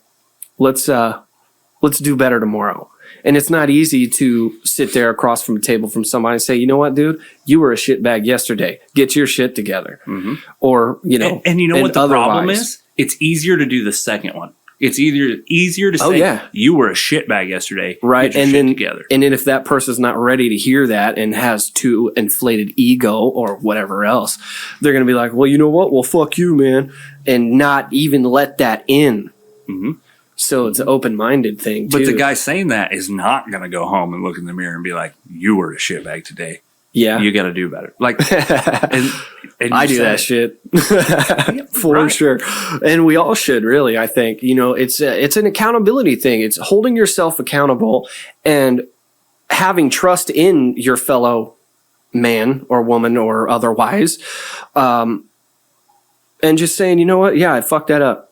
Mm-hmm. Hold yourself accountable and then hold them accountable too, you know? And at the end of the day, it's like, am I fucking right? Maybe not. And that's okay. But I do have an opinion, and that opinion should be listened to and understood. Yeah. As everyone should who's of relative sound mind. Yeah. And it comes back to your ego, right? A guy with a big ego, a person with a big ego. Oh, God, dude. You look at fucking TV and shit, it's all about ego, man. And they're not going to sit down and be like, hey, I shouldn't have done that. Like, my bad, it's on me. I'm going to change it, you know? Yeah. You come to them with feedback or criticism or just advice like, hey, man, I see this and I think this is a problem. Yeah. When you have that relationship. Because, look, some random person walks up to me on the street, well, you did this, and I don't think. I'm going to be like, get out of here. I don't care what you think. Yeah, you know? Shit. And there's a fine line between I don't care what you think and I'm going to listen to you and, take what you're telling me for real. Yeah. It comes down to the personal relationship with that person, right? They are so important. Yeah. And you just got to get rid of the ego. It's not good for anybody. Yeah. Now, that tiny little bit back there, that drives you. Yeah, you got to have. Be better. That's good. But you also got to know when your ego's getting too big and be like, dude, go back down the stairs. Yep. I want to see the top of your head. That's it. I got those tendencies, man. I'll be climbing up on my high horse and be like, dude, you better sit the fuck back down, man. Yeah. You're getting ridiculous. I'll get aggravated or something, and then I'll stop and be like, yeah, really, dude? Who the fuck do you think you are? Like, why is this? I do that shit all the time, dude. Now there's some stuff where I get aggravated and I'm like, look, it's because of your ego is why I'm pissed. Like, what the hell? Oh, man. But personal relationships, and those are overlooked in the community. Like, I don't care if your community is 1,000 people or 3 people, right? Have people close to you that you trust that are good people. And you know what? I've got really good friends that we have completely differing opinions on a lot of stuff. Yeah. But at the end of the day, he's a good person. And he's doing what he thinks is right, even though he's wrong. But, like we still get along and would do anything for each other. Yeah. And I think that's what it is, man. And I feel like the world needs more of that. And then especially, in the community, which I'm not a terrible, big player in the community as far as I see. I deal with a decent amount of people. I think I deal with 15 people-ish a day, so I've got a decent, little outreach, and I try to listen and take care of my people, and sometimes they listen and take care of me. It's a beautiful thing. But I do feel like I need to get more out there and kind of practice what I'm preaching right now. Yeah. And it can be hard to do. I mean, even just for how do I do it? Yeah. Like I joined the Masonic Lodge, man, and we've given, since I've joined, it's a bit of a sense of, it's not a bit, it's a sense of community and somewhere to belong, you know what I mean? And to be with your fellow brother, but also raise money for kids. We gave kids scholarships, and we're working on giving kids, I can't remember which schools we're working toward, but we're working on giving them bikes and things like that, and that's a great thing. I wonder what else somebody could do. Obviously, if you go to church, that's a bit of a sense of community. And, play your part when you go to your community. You know what I mean? Be there for your brother, or sister or whatever else. Be there. Somebody's having a hard time, say, hey, man, I see that. I see you're having a hard time, and that hurts me. And, we're in this thing together. Yeah. So I've got a real good story about community. So like, I don't know, we don't need the specific years, but at one point in my time in young adulthood, oh God, I had, some mental health problems and depression and stuff like that. And then all these things were kind of set in motion by an event in my life. And then I coped with it the wrong way. I was drinking all the time. Like I'd wake up in my front yard on a Thursday and it's like, what the fuck are we doing here? Wow. So eventually got pulled out of that and just decided, hey, how'd you do it? Because still to this day, I struggle with drinking a little too much. So, I basically got to the point of I'm tired of it gets feeling tiring. like this, and I'm tired of doing this shit and having to deal with it the next day. Yep. So it sounds funny and made up, and you hear motivational speakers say it and all these people, but I decided I'm not going to fucking do this anymore. And guess what? You just made a decision and stuck to it. Okay, cool. This is what we're doing now. Discipline. Basically it. And I had a lot of help from personal relationships and stuff like, hey, this is awesome. Yeah. Like friends like, yep, we're not going to drink. We're not going to do this. We're not even going to go to a place with booze. And then after a while, it's like, I don't even care, Yeah. But so I go through this, and as I'm still trying to, deal with it after making the decision, a person who has been kind of a role model or mentor of mine that I had known for years is like, hey, we don't have enough people over at the fire department. Why don't you come over and volunteer, and you can try to do that, see how that goes. Yeah. All right, cool. I'll go try it out. So I did.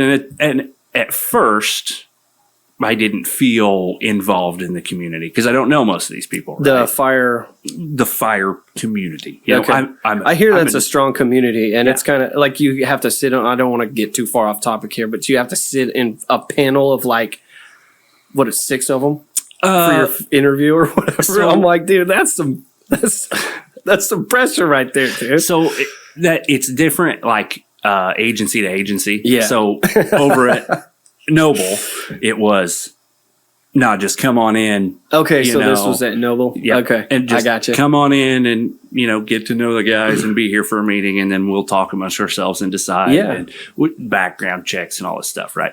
Yeah. Very close to the Freemasons. So one of my good friends went with me at the time, so it was a little bit easier. Because I got this buddy of mine who I'll go do whatever with. Doesn't matter. Like, if he's like, hey, let's. Was he a part of the fire? Not before. No. Okay, cool. It was as simple as he texted me one day. He's like, what are you doing tonight? I was like, I'm going to this fire department meeting. I think I'm going to join. He's like, oh, cool. I'll go with you. Huh. Here we are. Yeah. 7 years later. That's right? cool, man. So we go over there, and it took a little while to be really accepted in the community because we're new guys. Oh, yeah. Right? You got to, look. You got to earn your stripes. Hazing is bad and blah, blah, blah, and all that stuff. You have to earn your place. You have to earn the trust, right? Yeah, and I feel like, I tend to be more sensitive than your average guy, probably. So, certain things kind of bother me, but that's not their fault. You know what I mean? Mm-hmm. And maybe they don't know. So, like, yeah, some things kind of hurt my feelings, but like at the end of the day, it's not everybody else's responsibility to walk on eggshells around me. So, I think, especially if you understand that you are getting into a situation to where you have to earn those stripes and whatever else, like, come on, man, a little mm-hmm. bit of joking. Like, fuck, dude, when you're in for haircuts or whatever else, we fuck with each other, I think. And that's like part of being a human. You know what I mean? Like if you watch like monkeys out in the wild, dude, one of them might like just, like smack one on the head and just take off. Like it's part of I want to say like childish fun of whatever, but keep it light, keep it fun. You know what I mean? It's not like gonna ruin somebody's life if you call them a fucking dumbass. Right. You know what I mean? Right. So. Right. And obviously there are, there's a line and be responsible with how you're doing it. However, a little bit of light hazing is very good for a person, right? So it's kind of fun. And it's fun for all parties. Yeah. And usually it's like, hey, new guy, you're sweeping tonight. Yeah. Hey, new guy, you're doing the dishes. Hey, and it's stuff like, okay, cool. Like everybody else has done it. I'm going to show them because look, I don't want to sound all extreme, but like, if I can't trust you to do the dishes or sweep the floor or do this. And how are you going to trust me to be the next guy behind your back when you're running into a damn house trying to save old grandma and her cat? Right. Like if I'm in there, I know this guy over here has to be squared away and good to go. And that's a big deal. And I even met people that I did not have good relationships with. Mm-hmm. Like we kept it civil and fine, but we do not get along, do not like each other. But guess what? If he falls through the floor in there, where am I going? I'm going to go get him and pull him back out. And we're, hey, I ran into a situation like that as well in a situation that I'm involved in. And it was, it was like that. This guy had said something to me and it really, really pissed me off, man. It was about my business. And so, I took that very personally, which I don't think he meant it to be, but I took it that way. And eventually, a few months later, I was like, you know what, man?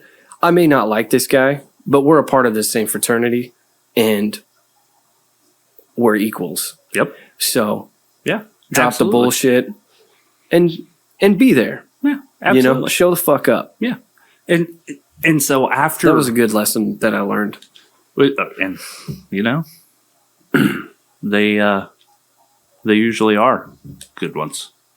But so after being there for a while, you are accepted into the community after your light hazing and all of your stuff, you're accepted into the community.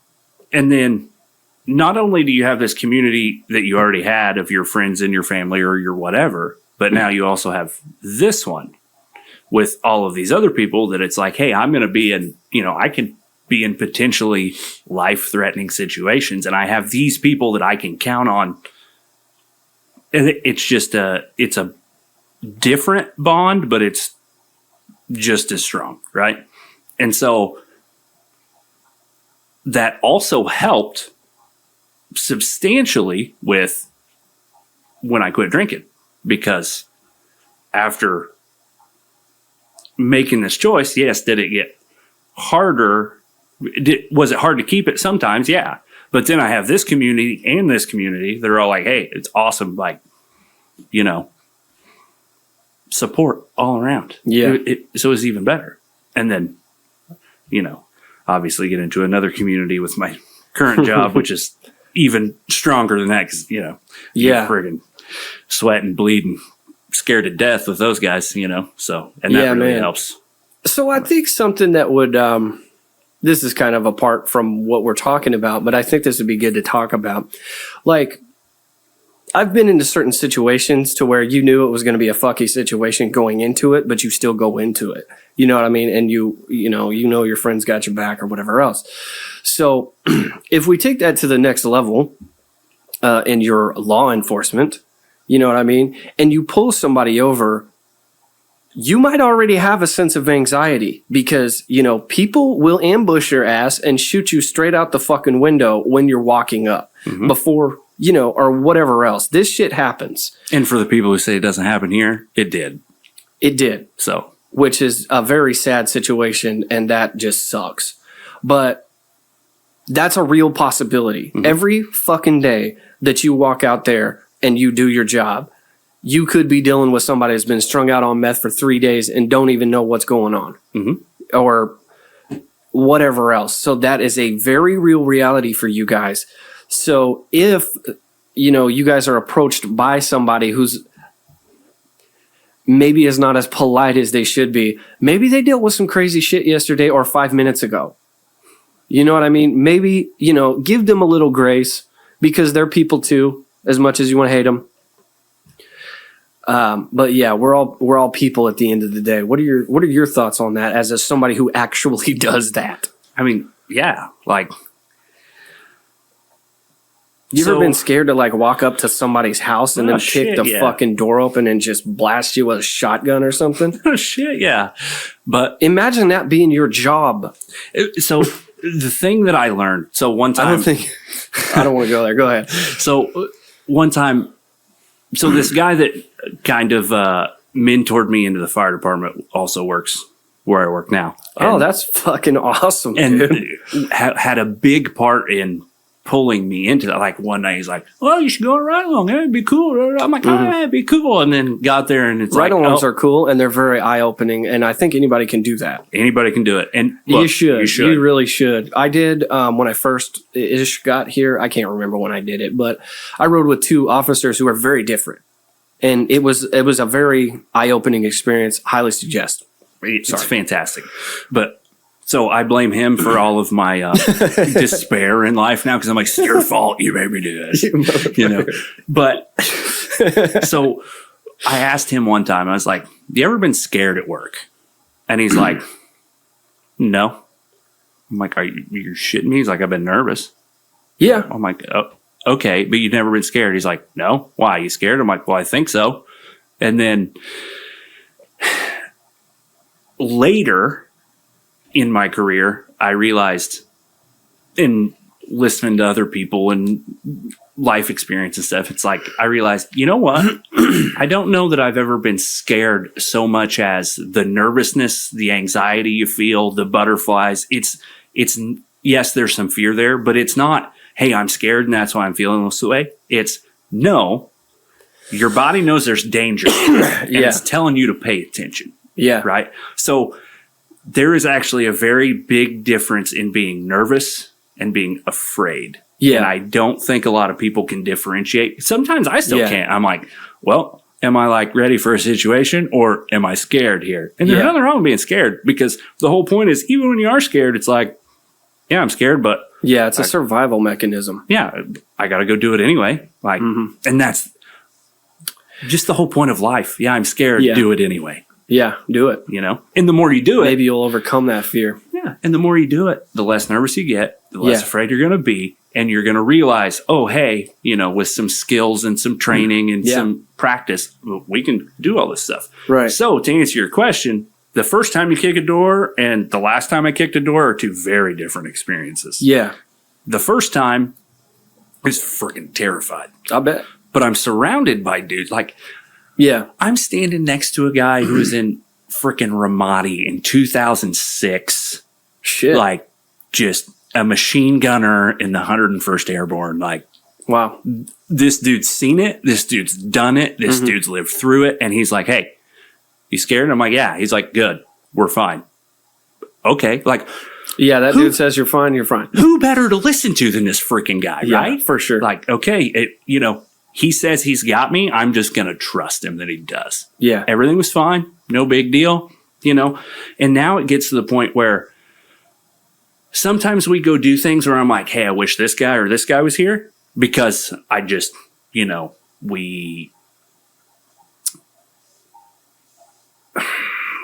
I don't want to say I trust them more because I trust them all.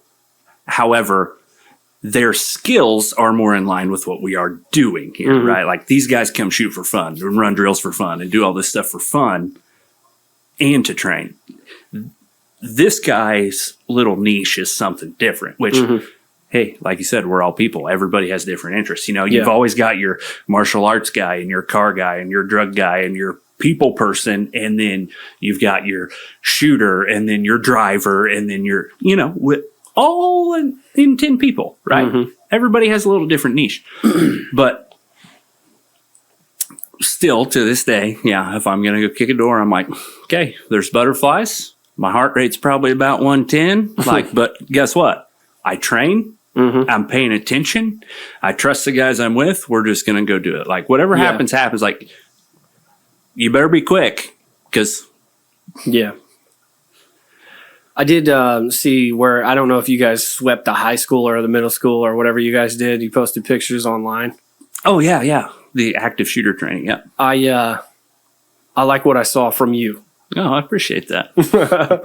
I liked your stance, your grip on the rifle. Yep. I appreciate that. Yeah. It's very nice. It's good to see. Yep. I'm not saying I've never been trained in any of that shit, but I'm definitely into form and application. Yeah. So I appreciate that. And you know, that's why we go do it, because like, and another thing about ego is we can have a training or something where guys don't want to go, or they don't want to go first, or they don't want to do this because it's like, hey, I don't want to mess it up. It's like, hey, there's no reason to be afraid to mess it up, or you don't know. Because if you don't know, you don't know. Yeah, you're going to learn. You got to take the step. Take the step. We're here to help. We're here to teach you. Like, and I've been there going to classes and stuff where I'm like super intimidated, where I'm like, man, I don't know nothing, and all these guys they do, and blah blah blah. And then every single one of them was like, here, let's change this, let's do this, let's do that, try this, and you do it, and they're like, awesome, man, sweet. You don't know. It's not a big deal. Just learn. Yeah. And don't be afraid to take the step. Yep. So. But it all starts, anything you want to do in life starts with that first step. And most people are afraid to take that step because they don't want to look stupid and they don't want to feel stupid, probably more so. Yep. So, and they don't want to mess up. It's okay. Look stupid. It's fine. You don't have to feel stupid. Yeah. Even people you look at who are absolutely perfect at something at one point did not know how to do it. Yeah. Oh, man, I can't tell you how many haircuts I fucked up. I'm like, oh, God, I'm fucking this person's hair up in real time. Yeah, look at this mess. Jesus. It's pretty fucked. But take the step, guys. Yeah. Yeah, man. So, whenabouts did you decide to? Were you a full-time firefighter? No, just volunteer. Okay, so and then you've carried that through. So whenabouts did you start doing that? It was about 2017, I think. So about what? How many years ago is that? 7? I don't know. I'm old. Something like that. I can't even remember how old I am half the time. Dude, it's awful. I mean, so speaking of being old, I was thinking about the first time I met you yesterday. Oh yeah. Oh Lord, dude! I think that was in like 2007. 07? So like my junior year. Oh God, it was almost 20 years ago. Jesus, be easy on me, man. No joke. Gosh, when was it? Tell me the story. If you can. So the first time I ever remember meeting you, we were at the park. At the city park. City park. Okay. You had your Corvette. Okay. So, did you have that in 07? Because my year could be wrong. Man, I don't think I could drive yet. I think I was just shy of 16. Oh, man. I don't think I had my Corvette in 07. I'm trying to think of when I bought that. You know what? No, because I would have driven that thing to school, and I don't ever remember driving it to school. But the only car I ever really remember driving to school was an 85 Pontiac Parisian. which is like a Chevy Caprice, essentially. Okay. That's all I remember. Did I have the Corvette in school? I don't know. Maybe. Okay. So it could have been 08, maybe 09. Either way, you're still fucking old. Right. For sure. But anyway, so I just remember being in the park. This guy in his sweet Corvette rolls up. Tattoos and whatever, a loud mouth. And I definitely had tattoos and a loud mouth in high school. So, and back in those days, that was very uncommon. And just this big old freaking stogie. Oh yeah, I love my cigar. It was like, I don't know, 2 inches long. And I don't, because I also had a loud mouth. And I don't remember what I said. I was like, sweet car or something like that. And you looked at me, you're like, fuck yeah, it is. And you threw your cigar out and drove off. God damn, fucking dumbass. It was hilarious. That's kind of funny and embarrassing at the same time. Like, yeah, but like, sure, you're more mature and responsible and all that. But to me, it's like, shit, that's funny. But you weren't being a dick. It was just, it's the same personality you have now. Yeah. You know, it's just like, yeah, it is. And you just threw it out and drove off. Man, it was fantastic. I didn't litter. Nope, I picked it up, threw it away for you. Don't worry. No laws were broken. Good God. What was I doing? Just driving? That's fucking hilarious. I think you were parked. You were talking to somebody, mutual friend of... At the city park? So I think one of my friends was dating a girl that was closer to your age. Okay. And then... I think you guys were all friends, and I think that's how it kind of... Right on. That's how it kind of went. Yeah. I don't remember exactly. But yeah. I remember knowing you early, but my first real memories of you were like at a place, and somebody told me you weren't drinking at that time. You would just party. Like at a house in between here and Noble. On the right side. Well, that would have been... Is that around those times? That would have been a good bit later because... Yeah. Fuck. See how much I remember.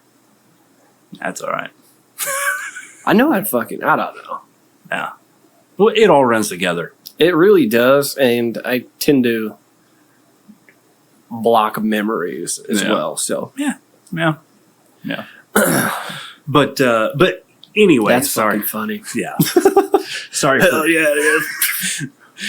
for digressing, but so dumb. So yeah, man. Join the fire department in 2017 would be right. I'm glad you're keeping us on track.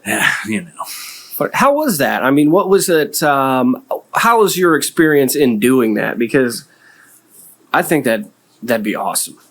It is. It is awesome. And I'm sure it comes with its shit. Yeah.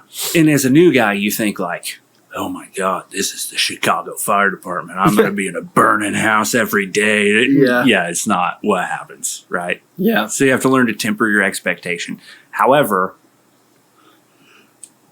you learn a lot about, it's fantastic for like stress inoculation. Yeah. Okay. Man, I could use some of that. So I remember vividly the first time I ever went to a fire. I drove my truck there. I was so jacked up that I'm like, shaking, holding on to the steering wheel.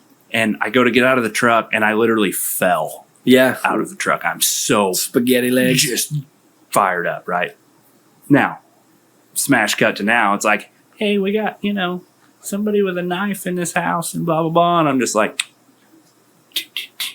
hey, dude, come here. Like, yeah, put that down or I'm going to shoot you. Come here. Like, so stress inoculation, right? Yeah. From, oh my gosh, there's grass on fire over here and I can't walk. Yeah. Like, so. That sounds like a real good thing. Yeah. And it is for your life as a whole, right? Yeah. Do scary things. But, so we learned a lot. I went to a lot of, trainings and classes and stuff like that, which are all through colleges, whether it be like the U of I or just community colleges around, stuff like that. So you asked before we started if I had a college degree. I do not, but I actually could if I would take like math and English or something. Yeah, like some gen stuff. Yeah, then sure I could, but whatever, I don't care. But it was really good. You learn a lot about camaraderie. You learn a lot about having blind faith in people. Yeah. Because it's like, I don't know this person, but I'm going to hop out of this 2-story window and they're going to carry me down the ladder and I just have to trust them that it's going to happen. It's just a good way to gain some perspective in your life as well, because you learn to deal with people when they are having the worst day of their life. And so you kind of learn some empathy and some compassion through that. And you also learn how to, say, hey, this isn't my emergency. This is my job to do this. So that's pretty cool. I couldn't imagine, the types of shit that you deal with.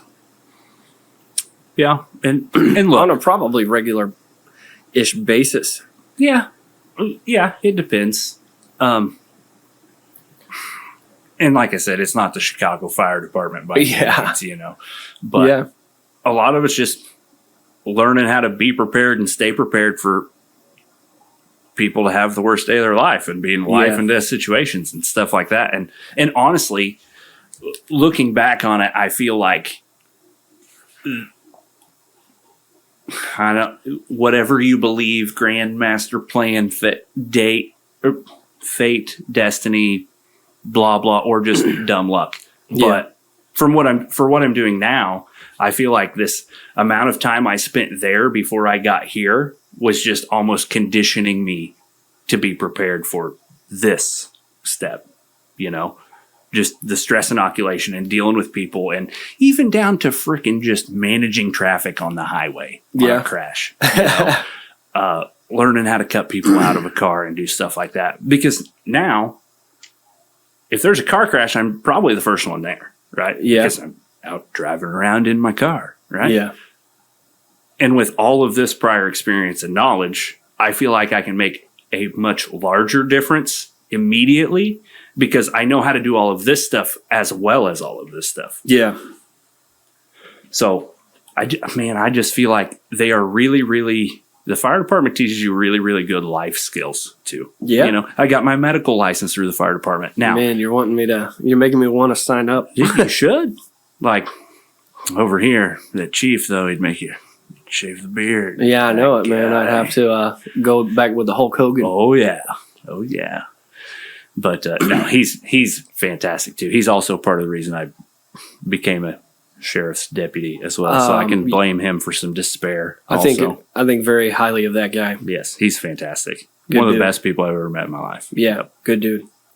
Yep. Good set of values on him. From just, I tend to get into deep talks with anyone and everyone, so I feel like I've got a decent handle on him, especially.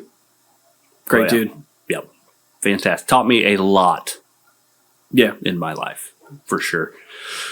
But you should try it out. Everybody should go try it out. We need people. We always need people.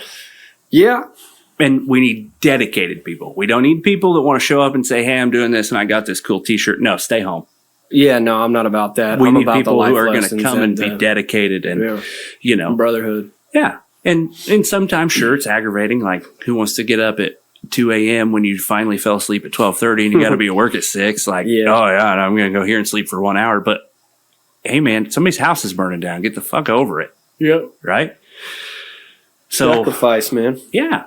And just good skills for your life. I got my medical license, and I don't want to be a doctor or anything like that. I don't even want to be an EMT. I don't even want to necessarily do medical stuff for the fire department, right? But I looked at it as these are good life skills for me and my family and my friends. And like, if something happens, I can handle this situation. I can at least keep you alive till somebody that knows more gets here. Right. Yeah. It's very, very beneficial. Yeah. And that's got to feel good, kind of actually making a difference in the community. Yeah, it does. And, people want to talk all day, man, but nobody wants to do anything. So it's nice to, see you guys doing things. It's awesome. Yeah. I just sit here and run my fucking mouth.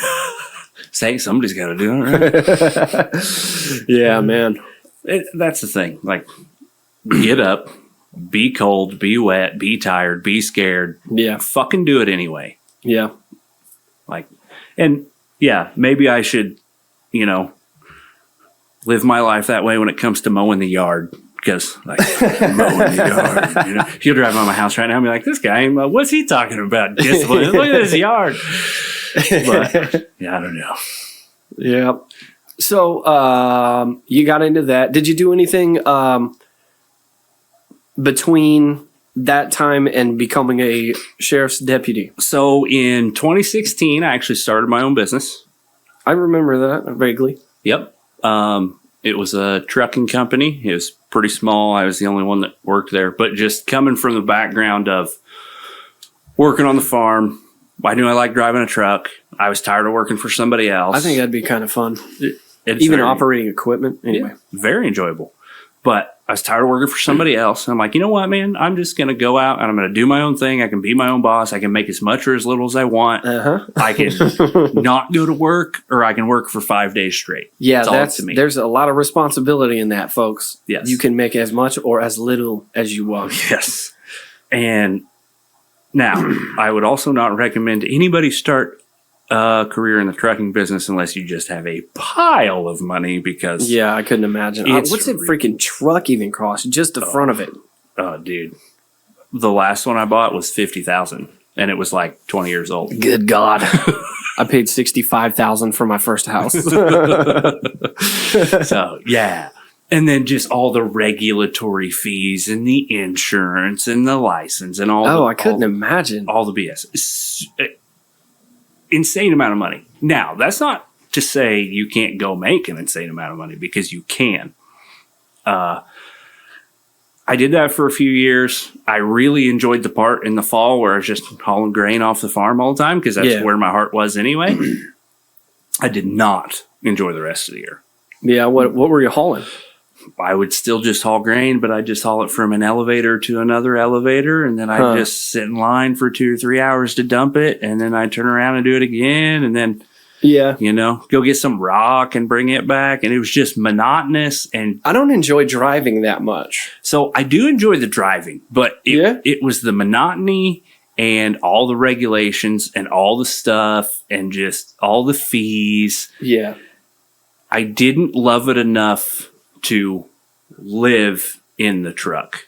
Yeah. And if you're gonna make good money, you gotta live in the truck. Yeah, man. And I just didn't have the desire to do it. I feel like, if you're gonna, and that's what separates very, very successful people from not, in my experience, is that I could probably make $150,000 a year if I wanted to live in the barbershop. You know what I mean? Mm-hmm. But I'm not the guy that wants to stand there. First off, it's not that I have a problem dealing with any of you guys individually, but it's you all suck. It's taxing on me having a conversation with somebody every 20 to 30 minutes. New conversation, new person. And then I'm listening to music as well, you know what I mean? And then I'm focusing on the haircut. So it's kind of, it's mentally taxing. So I'm not the guy that can do that for, dude, if I wanted to, I could probably cut 12 hours a day. I'm not that guy. So I'm never going to make a shit ton of money over there in that barbershop. Right. I'm not built like that. And guys, if you ever consider working for yourself or whatever, and you think you're going to make a lot of money, you're probably not. And if you want to, you have to be the person that's built to work those fucking hours, man. And do something that you absolutely love more than anything else. Yeah. I do love cutting hair, but the taxation, it's just, it's a lot. And so I'll never be super wealthy as long as I cut hair, but I love it, and I don't need all that shit. So anyway, sorry to get off track. No, you're Please continue. forgot where I was. You're gonna keep me back on track. My bad, dude. We were talking about you not wanting to live in the truck. Oh yeah. So I didn't want to live in the truck. So I just lost the passion for that. Yeah. And then guys like Mr. Chief over here, and then the other guy I was telling you about, kind of pulling me into the law enforcement world at that time. And I thought, you know what? I'm going to give this a shot. And so I did. And guess what? The first time I tested, failed. Would you fail? Failed the bench Is there press. Bench press? Bench press. Dude, I am not strong. So I would fail that too. my thing was like, I've never lifted weights. Like, I just do stuff. Yeah, you work. You know? Like, which is like, when are you ever doing this? Exactly. Never. When you're actually working? Yes. Almost never. It's all back. Yeah. So there was some of that. Like, and I buckled down hard, and I really, really, really got after it. I mean, there was a good 6 weeks where, so just protein shakes and Eye of the Tiger. And it was based on your body weight. So not only was I trying to get strong, but I was trying to cut everything else too. Oh yeah. And I lost like 35 to 40 pounds, which helps. That brings my bench down 40 pounds, you know? Good God. But while doing all of that, it was super, super hard to do both at the same time. Fuck yeah. So I was just barely short now. So I didn't get hired that time. And guess what? I was afraid to fail, but I did it anyway. Yeah. And still failed. And, And did it again. And in that moment when I failed, I was like, this is not happening again. Yeah, fuck that. No. So that determination, Yes. also comes from hard work and taking the step and failing. You have to fail. We're all going to fail. Do it. Yeah. And that's honestly, okay. And if somebody around you says it's not okay to fail, get that person as far away from you as possible.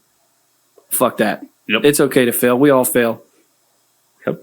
Fail till you get it right. Fuck yeah. Learn the lessons, and apply those lessons to every facet you can. Mm-hmm. But I'm also glad that I did at that time, because then we hired somebody else who wasn't from here, and he became one of my very, very good friends, and worked here for a while and is now in Texas, being a state trooper down awesome there. Dude. Big time. Awesome. Cool dude. guy. Love that guy. I gave him a ride in my Lincoln one time, and he was like, dude, do the fucking headlights move when you turn? I was like, yeah, dude, watch this. He's fantastic. And I'm sure he was just so excited about it. Oh, yeah, he loved it. He was like, damn, dude. Never mind. I'm not going to go there. But yeah, it was a good time. But we love you if you're watching this. Cool dude. Yeah, he's really cool guy. He's a good dude. Perfect, like, for law enforcement too. Like, the dude is just so squared away and so kind-hearted and good head on his shoulders, man. Yes. Really good. And a good grip on things. Yes. Yes. Yeah. And tell you what, you talk about somebody that's not scared of anything. I could imagine. I could see it. We would go do some stuff where I'm like, are you sure it's a good idea? He's like, what are you scared for? Let's just go do it. We die. And I'm just like, all right, roger that. I guess we'll go.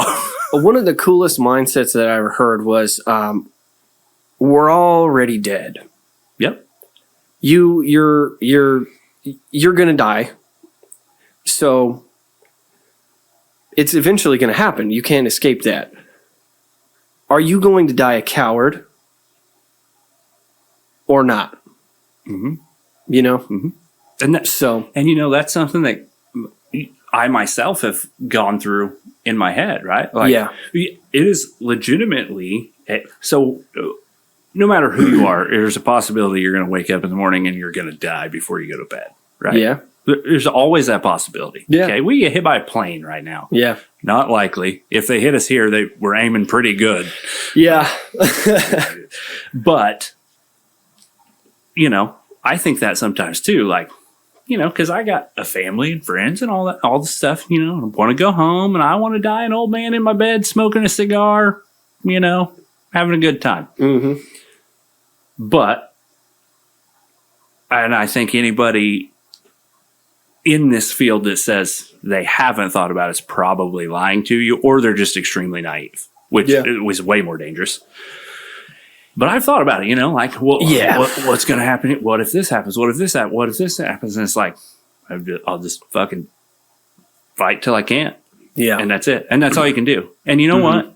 Maybe it's, I don't know the word I'm looking for. Maybe it's archaic to think that,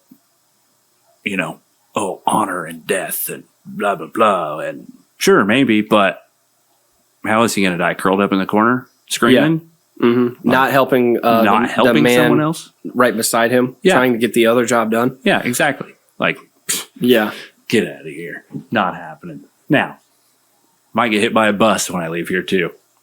But hey, it's life, right? Yeah, or death. Yeah, exactly. But that is a part of life. Yeah, exactly. But so then I failed that test.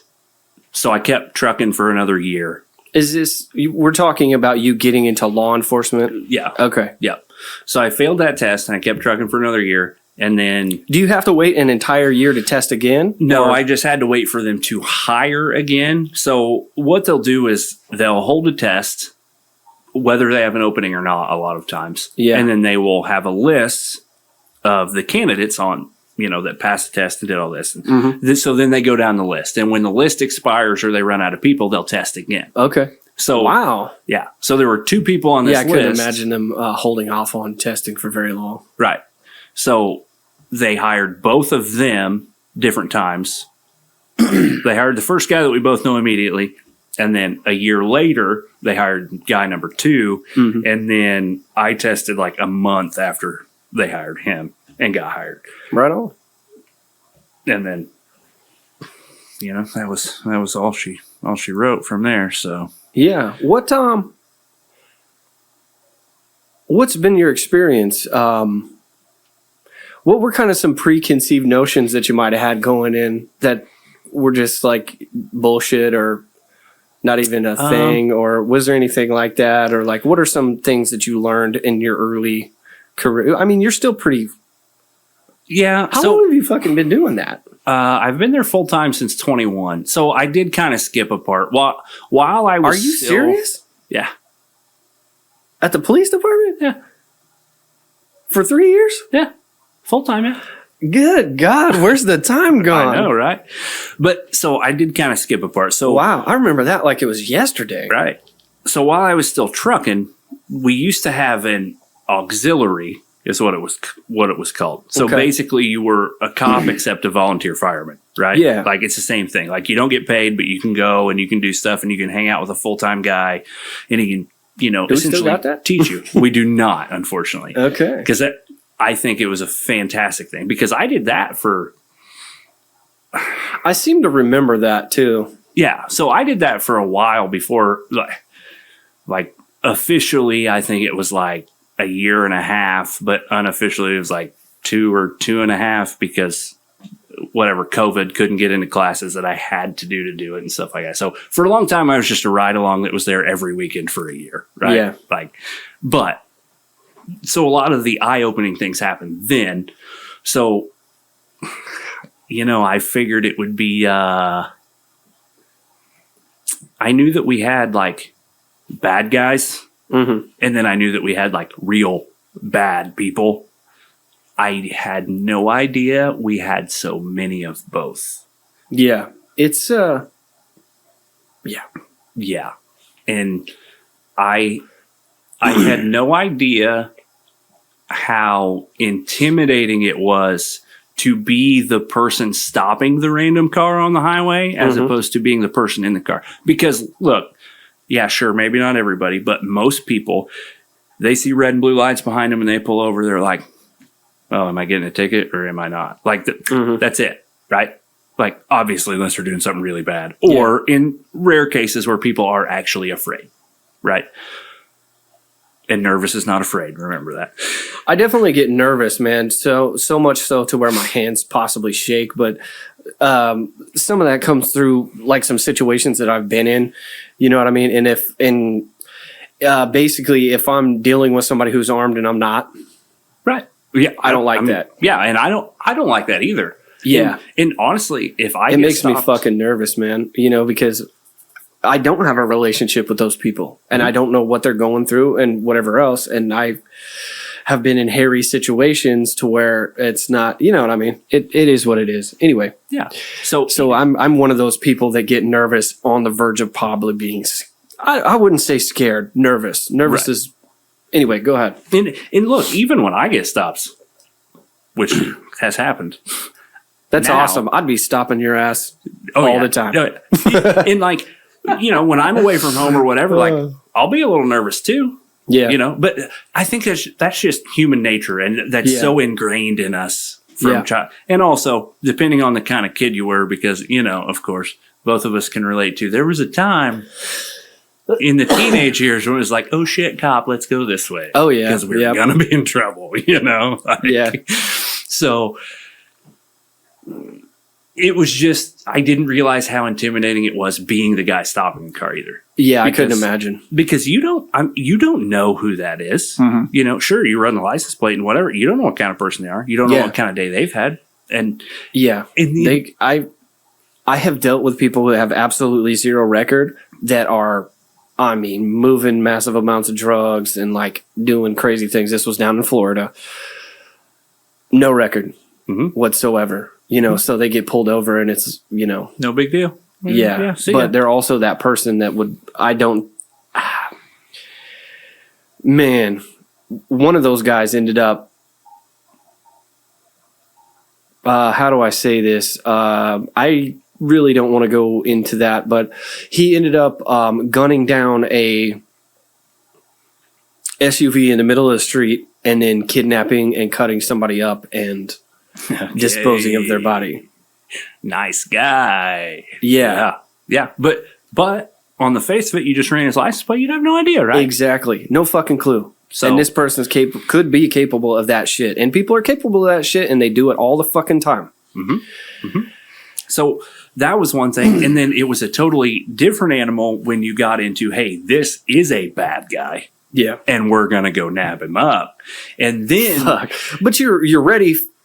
You're more ready. Yeah. Right? Now, are you more ready? Maybe, maybe not. But you're like, I know bad guy. This is a bad guy. Yeah. Let's handle it like it's a bad guy. But the normal people that turn into bad guys, that's the stuff that's like, and honestly, it's kind of it's almost a trope at work. Like, if I get sent somewhere that it's like, oh, shots fired, there's somebody shot, and there's something, blah, blah, blah. I'm going to show up and it's going to be absolutely nothing. And it's like, oh, sorry, no, my dad has Alzheimer's. He was watching the TV. Like, sorry. Okay, cool. And then I'll get something where it's like, yeah, there's a suspicious person next to the soda machine. Like, will you get, yep. And I show up and then we're just fighting in the street. It's like, this should be nothing and it's something. And this should be something and it's nothing. Yeah. Like, it's crazy how that stuff goes. So you just never know. And that was the thing that really opened my eyes. And then it also opened my eyes at how much paperwork there is. Yeah, like, that's what I've heard. Talks about the fun and the this and the that. And yeah, no thanks. There's so much paperwork. Like, it's worth it. But there's a lot. And then all the, you know, the bad talk. Well, these people are corrupt and these people are doing this and so's planting this. Like, it is literally nearly impossible if you wanted to. Yeah. Like, and I work with zero bad people. Zero. Not one. Now, I'm not saying they're all the best. Like, but they're at not the job, but they're not bad people. Yeah. Everyone there is doing what they think is right for the right reason. Some may be a little bit better at doing it with grace than others. Yeah. However, none of them are bad. And the paperwork, the restriction, the stuff that we just flat out can't do, that makes no sense why we're not allowed to do that. You know, so like what? Like, we can't do a blood choke in Illinois. What is that? Oh, because it's I got you. deadly force and it's dangerous. And when it is legitimately, it is very, very slightly possibly dangerous, but not that fucking dangerous. and if you do it appropriately, there's like zero chance of injury. Yeah, right? you're not going to crush their esophagus. You're not going to do nothing crazy. You're literally just cutting the blood flow to their brain, and they pass out, and you wake them back up, and they're like, "Oh shit, what happened?" And they're wearing handcuffs, and it's over. Right? Yeah, that's bullshit. It is scientifically proven that it is safe, and scientifically proven that it is safer than going hands-on and wrestling with somebody trying to cuff them while they're conscious. Right? I think one of the most important things that you can do, and this is debatable, but is get control of somebody's back immediately, and then get that position on them, drag them. You know what I mean? Do whatever you got to do to control the situation, and that's a very good way to do it. Yeah, and then it's over. Nobody's fighting. They're unconscious for 5-10 seconds. You cuff them up. You sit wake them up. You wake them up. Their brain's not starved for too much oxygen, just enough to pass them out. Yep, and then they're good, right? And then everything's over. But the problem is, in these use of forces, a lot of times is guys get to fighting, and then guys start to lose, and then you're still an animal, right? Yeah. So then you're desperate to survive, even if your life is not really being threatened. Yeah. It doesn't matter because that's what your lizard brain's telling you that, hey, my life's being threatened. So you're going to do what you're going to do. And then you end up hurting somebody or whatever. Now, sometimes it's completely understandable and reasonable and stuff like that. But sometimes it is not. And coming from a cop himself, I wish cops would quit doing stupid shit. Like, every time somebody does something, I'm like, when are we going to quit doing dumb shit that we know we shouldn't do? What is like, dumb shit? Just excessive force or just, it's like, guys, and a lot of it comes back to hiring loosely, you know? Yeah. Well, the thing there is it's like you have to have somebody. You got to have somebody. And in Illinois, your state don't have your back. Nope. So why would you want to enter into that? I don't want to go there. But, why would you? Why? Yeah. A lot of the good ones are going somewhere else or just putting their skills to use in a completely different job or whatever. And then it opens the door for people who are doing this to be like, oh, cool, I can go beat people up and get paid. And it's like, no, get the hell out of here, dude. Yeah, fuck that. That's not what this is. Not cool. You do it if you have to, sure. But get out of here. It's not why we're here. Hell yeah. So, and again, power and profit, right? So they force you to hire bad people do dumb stuff. So then they can make legislation that forces you to hire bad people so they can continue doing dumb stuff. So they can continue making legislation that gets you worse people. And it just keeps going. Right. I never even thought about that as an angle. That's damn. Yeah. And people conspiracy and blah, blah, blah. Like, no, look at it. What do you expect? Yeah. If you pay people poorly and you treat them poorly and you'll hire anybody there is and you get to do a cool job, like, who do you think's going to apply for the cool stuff? People not using their whole brain. Yeah. And that's the problem. And shit. So interesting. But for the most part, and especially here, I don't know a single bad person that works there. Yeah. My run-ins with, I haven't had too many run-ins with city. What the hell do you actually call them? Police? The city police? Okay. Yeah, city police. I don't know that. City police. I don't know what you call them. County sheriff. Okay. So, yeah, the city police, I don't know. I don't know if I actually know any of them, but a lot of county guys, I actually do know some city guys. Trained some martial arts with one of them. But mostly the guys that come in and get haircuts are the county guys, and all of them are fucking fantastic people in my mind from what I've dealt with them in here.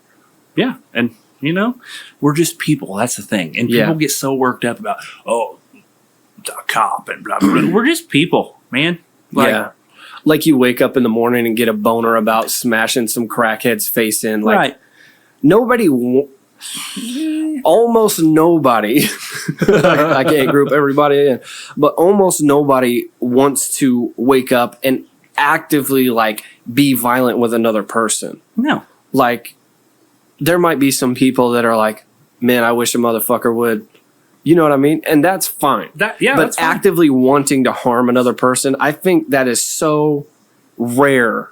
Yes. You know, and people paint you guys like you just wake up and get a hard on for violating rights. Yeah, violating people's rights. Like, oh God, I hope I shoot somebody today. Like, if you've ever known anybody that's ever actually shot anybody, you know, most of the time it's like there's a lot of remorse that goes on there, and it's a more complicated situation than I'm a fucking power hungry, crazy person who just wants to go out and fucking hurt people. Like that almost doesn't exist. Right. And TV like glorifies all that, and they're cool stories and stuff. But people need to learn to separate. Makes for good TV. Yes, separate TV from reality here. Yeah, like, because TV is not fucking reality. It really isn't. Close. It's not. But and some people confuse like most don't wake up like I'm going to go hurt somebody today. Yeah, but don't confuse that with I have this line drawn here that I have told you about. Like, don't cross it. Because that's the other thing. Like, if I let somebody bully me around, especially when I'm at work, like, that person gets a little confidence every time. Every time. And what are they going to do to the next guy that can't handle themselves as well? They get a little more ballsy and a little more. And those types of people are takers. Yes. And then what happens when they decide, hey, I'm just going to kill this guy? Yeah. Like, no. Here's the line in the sand. When you hit that, this is a stone wall. Like, it's not built. Like, this is the side of a mountain. It stops. You know? I feel like there's a sense of confidence, too, that goes into drawing that line. Mm-hmm. You have to be confident in yourself and convey that you're confident in yourself to the other person. I've drawn lines with people socially, you know, and I'm like, hey, listen, this is my fucking line. And if you cross it, I'm going to be a fucking asshole to you. Mm-hmm. I don't want to be. Like, I want to be civil, but this is the fucking line. And once I got confident in drawing those lines and stuff and conveying that confidence, people started to see me completely differently. And mostly, I think, in a bad way. You know, I don't feel like any... I don't feel like a reasonable person would think that was bad, though. I feel like it would mostly be unreasonable people. I would agree. So... at the end of the day, you know, we all got to draw boundaries and shit. But conveying that confidence to somebody else and being like, listen, I'm serious. This is the fucking deal. And if you fuck it up, there are consequences and I will do said thing. Yes. Yes. I think that's a big deal. Yes. You know, do you feel like a lot of you gentlemen are confident in drawing those lines? Just saying, hey, man, stay, 20 feet away. I feel like you're dangerous. Do not come in my bubble. Mostly, yeah. Some guys are obviously better than others. Yeah. Right? Like, we have some guys that are just freaking superstars at it. Yeah. And then we have some I could definitely see one of the guys that I cut hair being a superstar at it. And who do you think taught me how to do it? Like, that's the whole Hell thing. Yeah, dude. Like, fuck yeah. But, so we're individual people, right? So everybody has their own style. Like, we've got a guy who is super smart, super articulate. Like, he's a blue belt or more in jiu-jitsu. Like a sheriff? Yeah. Really? Like, this dude's good. Can we know who this is? Maybe off? Yeah, I'll tell you when we're done. Sweet. But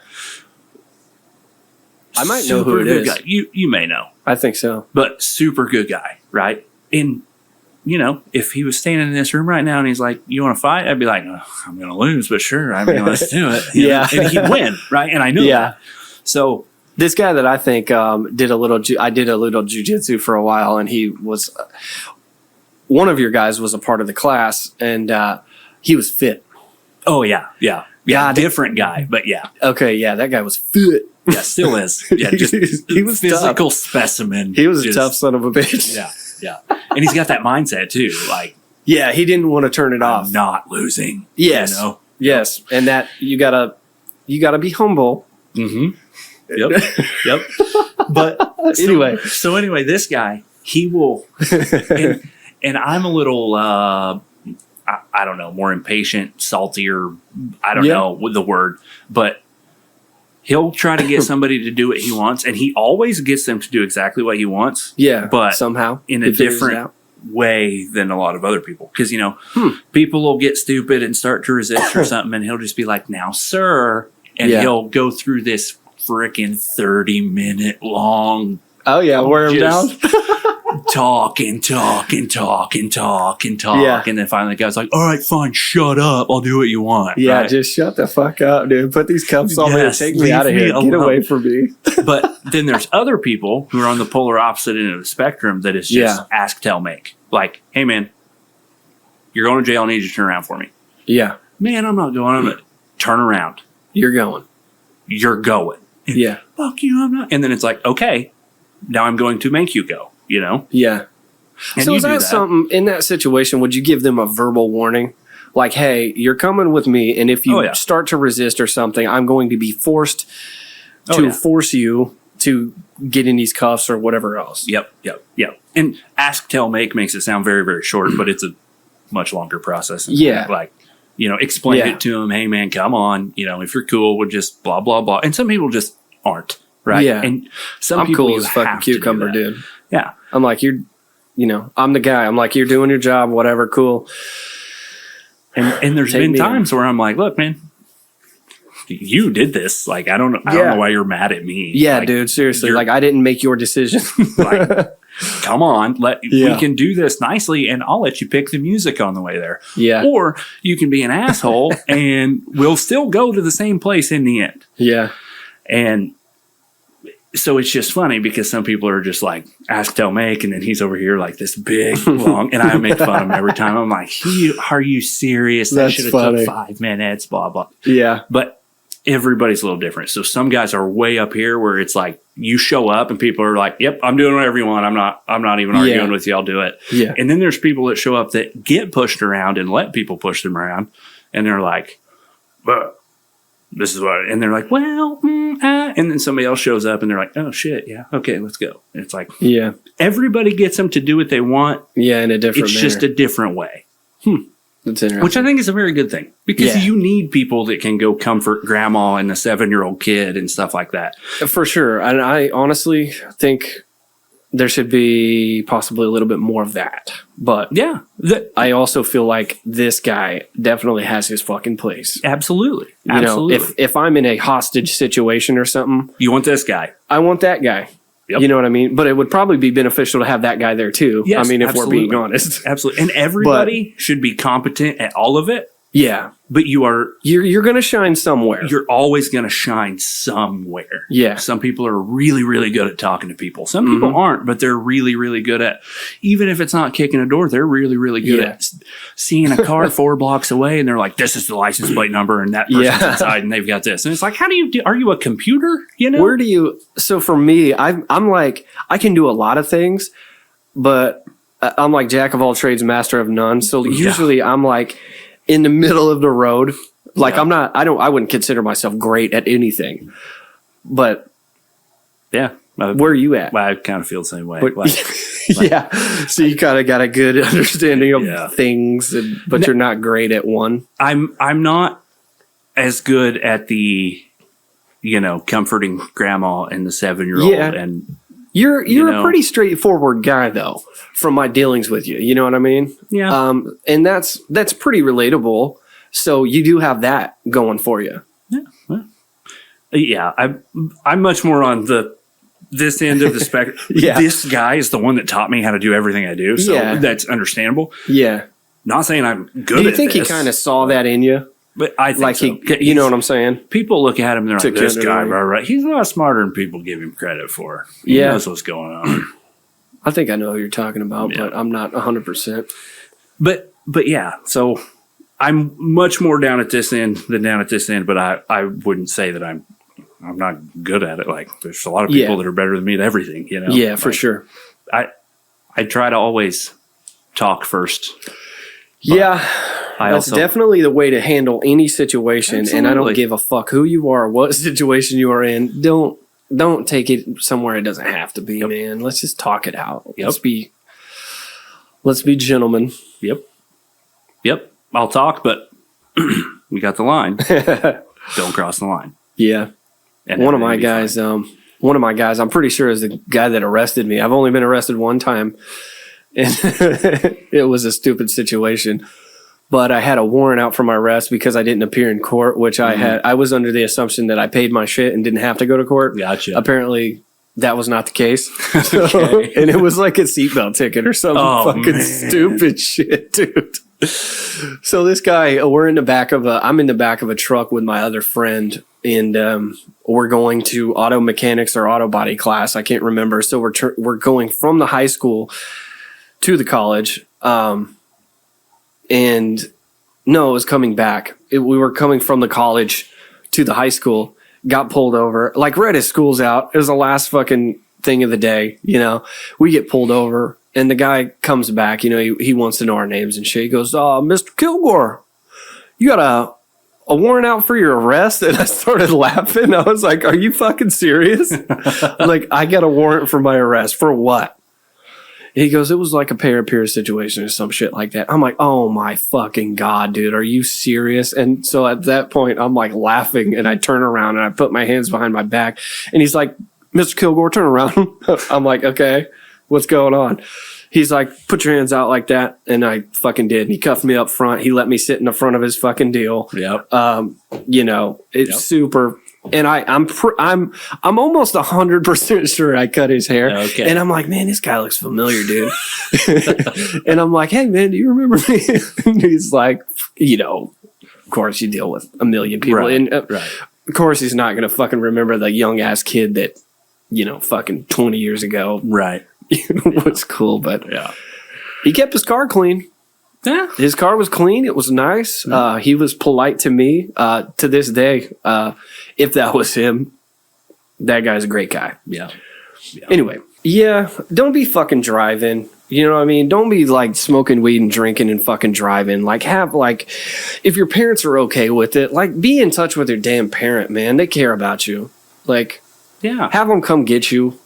Like, just don't be a fucking jackass, man. I'm not condoning either one of those things. If I could go back, I would have never started drinking, but my drinking developed into a bit of a fucking problem. So my advice is just don't. If you're gonna fucking play with fire, don't be surprised when you get burned. You are better off to call the police and say, hey, I'm smashed. I can't drive. Will someone come get me? Not saying we're going to be able to, but do that before you drive your car, right? Yeah. Like, Yeah. You're putting yourself in danger and other people. And people. I've done it. You know what I mean? And it doesn't feel good. It doesn't feel good, and I'm not proud of those days. Yep. No, I get it. Just don't. One of drive. these days, you're going to grow the fuck up, and you're going to look back at the dumbass shit you did and be like, damn, That was stupid. that was fucking stupid. Right now, it may seem like, oh, whatever, you don't give a fuck, and, you know, I'm with the cool kids and fucking whatever else. It's not fucking cool. Yeah. It's not. And you are being a fucking dumbass. Yep. And they don't think If you're doing dumb shit. I'm not saying just because you're drinking alcohol, you're being a fucking dumbass, but don't be excessive with it. And don't drive and put nobody else in danger, because that's not fucking cool.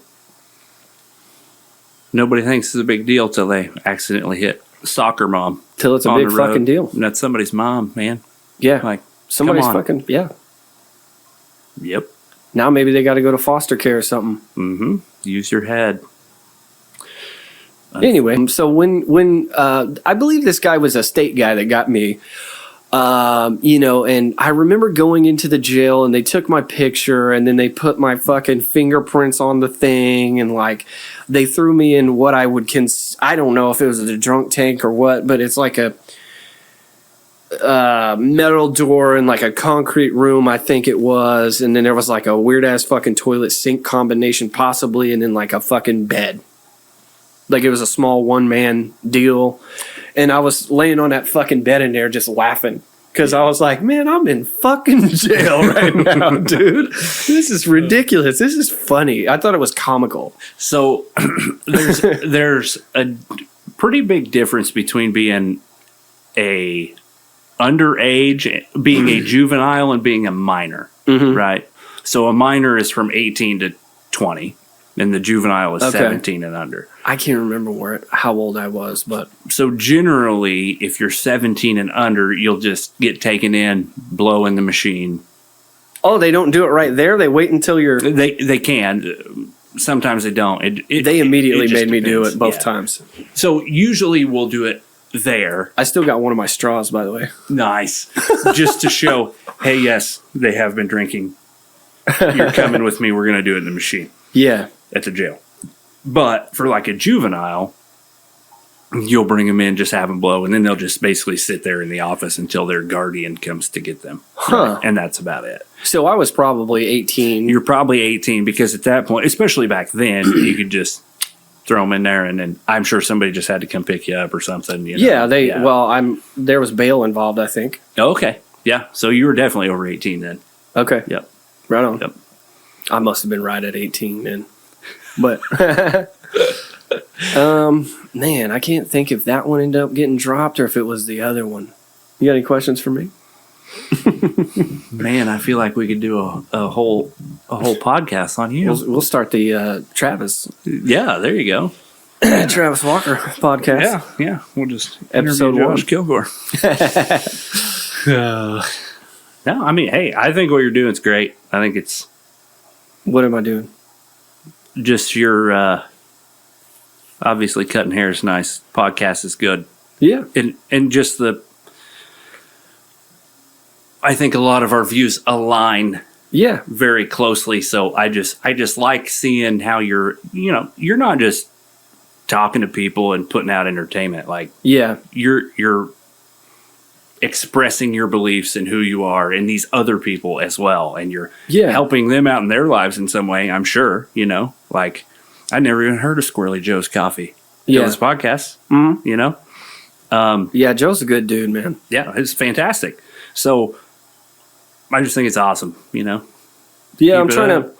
I've got a bit of a base, via the barbershop, you know what I mean? Mm-hmm. So if I can get, like I said on the introduction of my entire podcast, this whole thing that I'm trying to do here is just to sit down with different people and express our opinions and our views and our thoughts and hopefully, open somebody else's mind up a little bit or, just sit down and show that we're all fucking people. Just because I don't believe in most of the fucking laws doesn't mean I can't sit down with a law enforcement officer and have a conversation about things, and what we believe and our morals and our values and things like that. And hopefully somebody can actually get something from this, as opposed to, talking about fucking aliens and whatever else. Yeah. Which if you want to talk about aliens, I'd love to talk about that. But that's the goal, to show that no matter who we are, we're still human beings at the end of the day. And, we should love and accept each other and be a United States of America and not a divided one. Yeah. I mean, you hit the nail on the head. I'm glad I can kind of explain something from my perspective because people just get so... Well, you watch TV and you get into the propaganda, and you drink the fucking Kool-Aid and they go balls deep with it, man. And I'm not saying one way or the other, in both ways. And I think that's bad. Yeah. So, and they have no idea what the actual truth is. Yeah. Treat people as individual people. Yeah.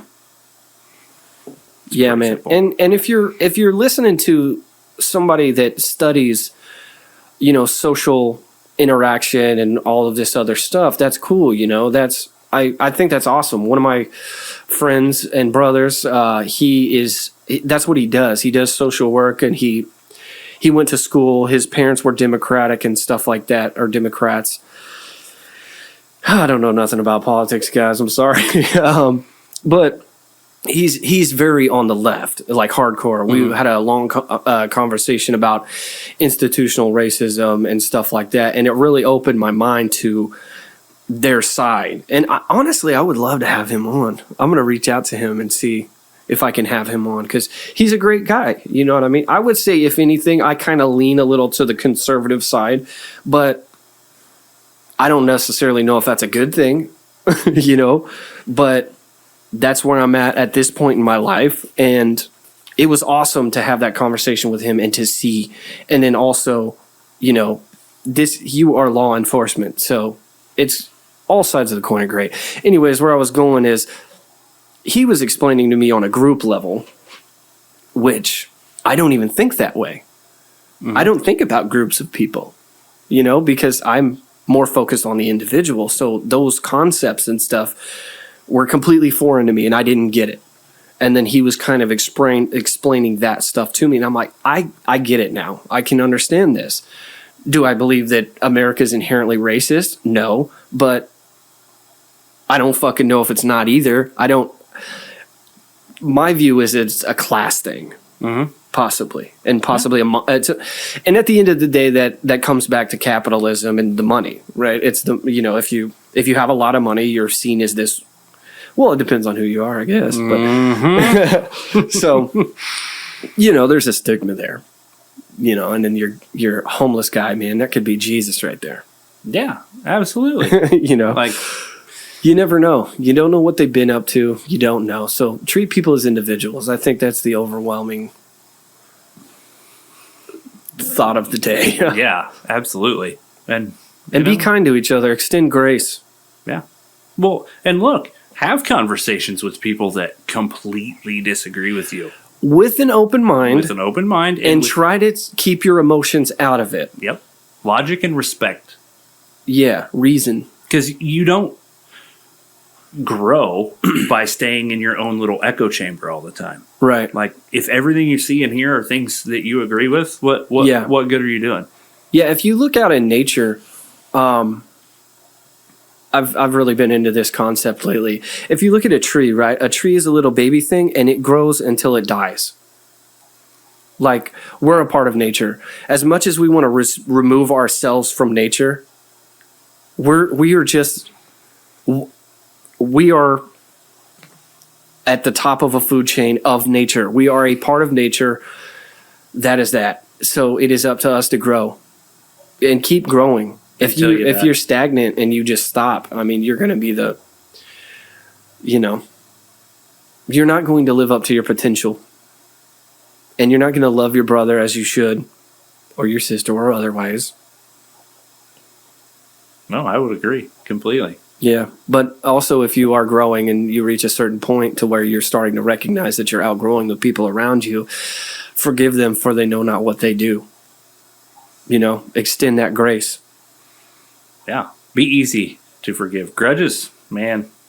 The only person they hurt is the person that holds them. Yeah, I still carry some shit that I'm trying to get over, and it sucks. It sucks to carry it around, and each one of those little things is a fucking link in a chain that you're carrying, and you're dragging that shit around every day. Start nipping them chains off. Yep, it's a lot easier to just let go of it. Well, it's simpler to let go of it. It's better. Simple and easy are not the same thing. Right on. Well, you got anything else? No, I don't think so. Right on. Well, Travis, I appreciate you coming on. I appreciate you very much, sir.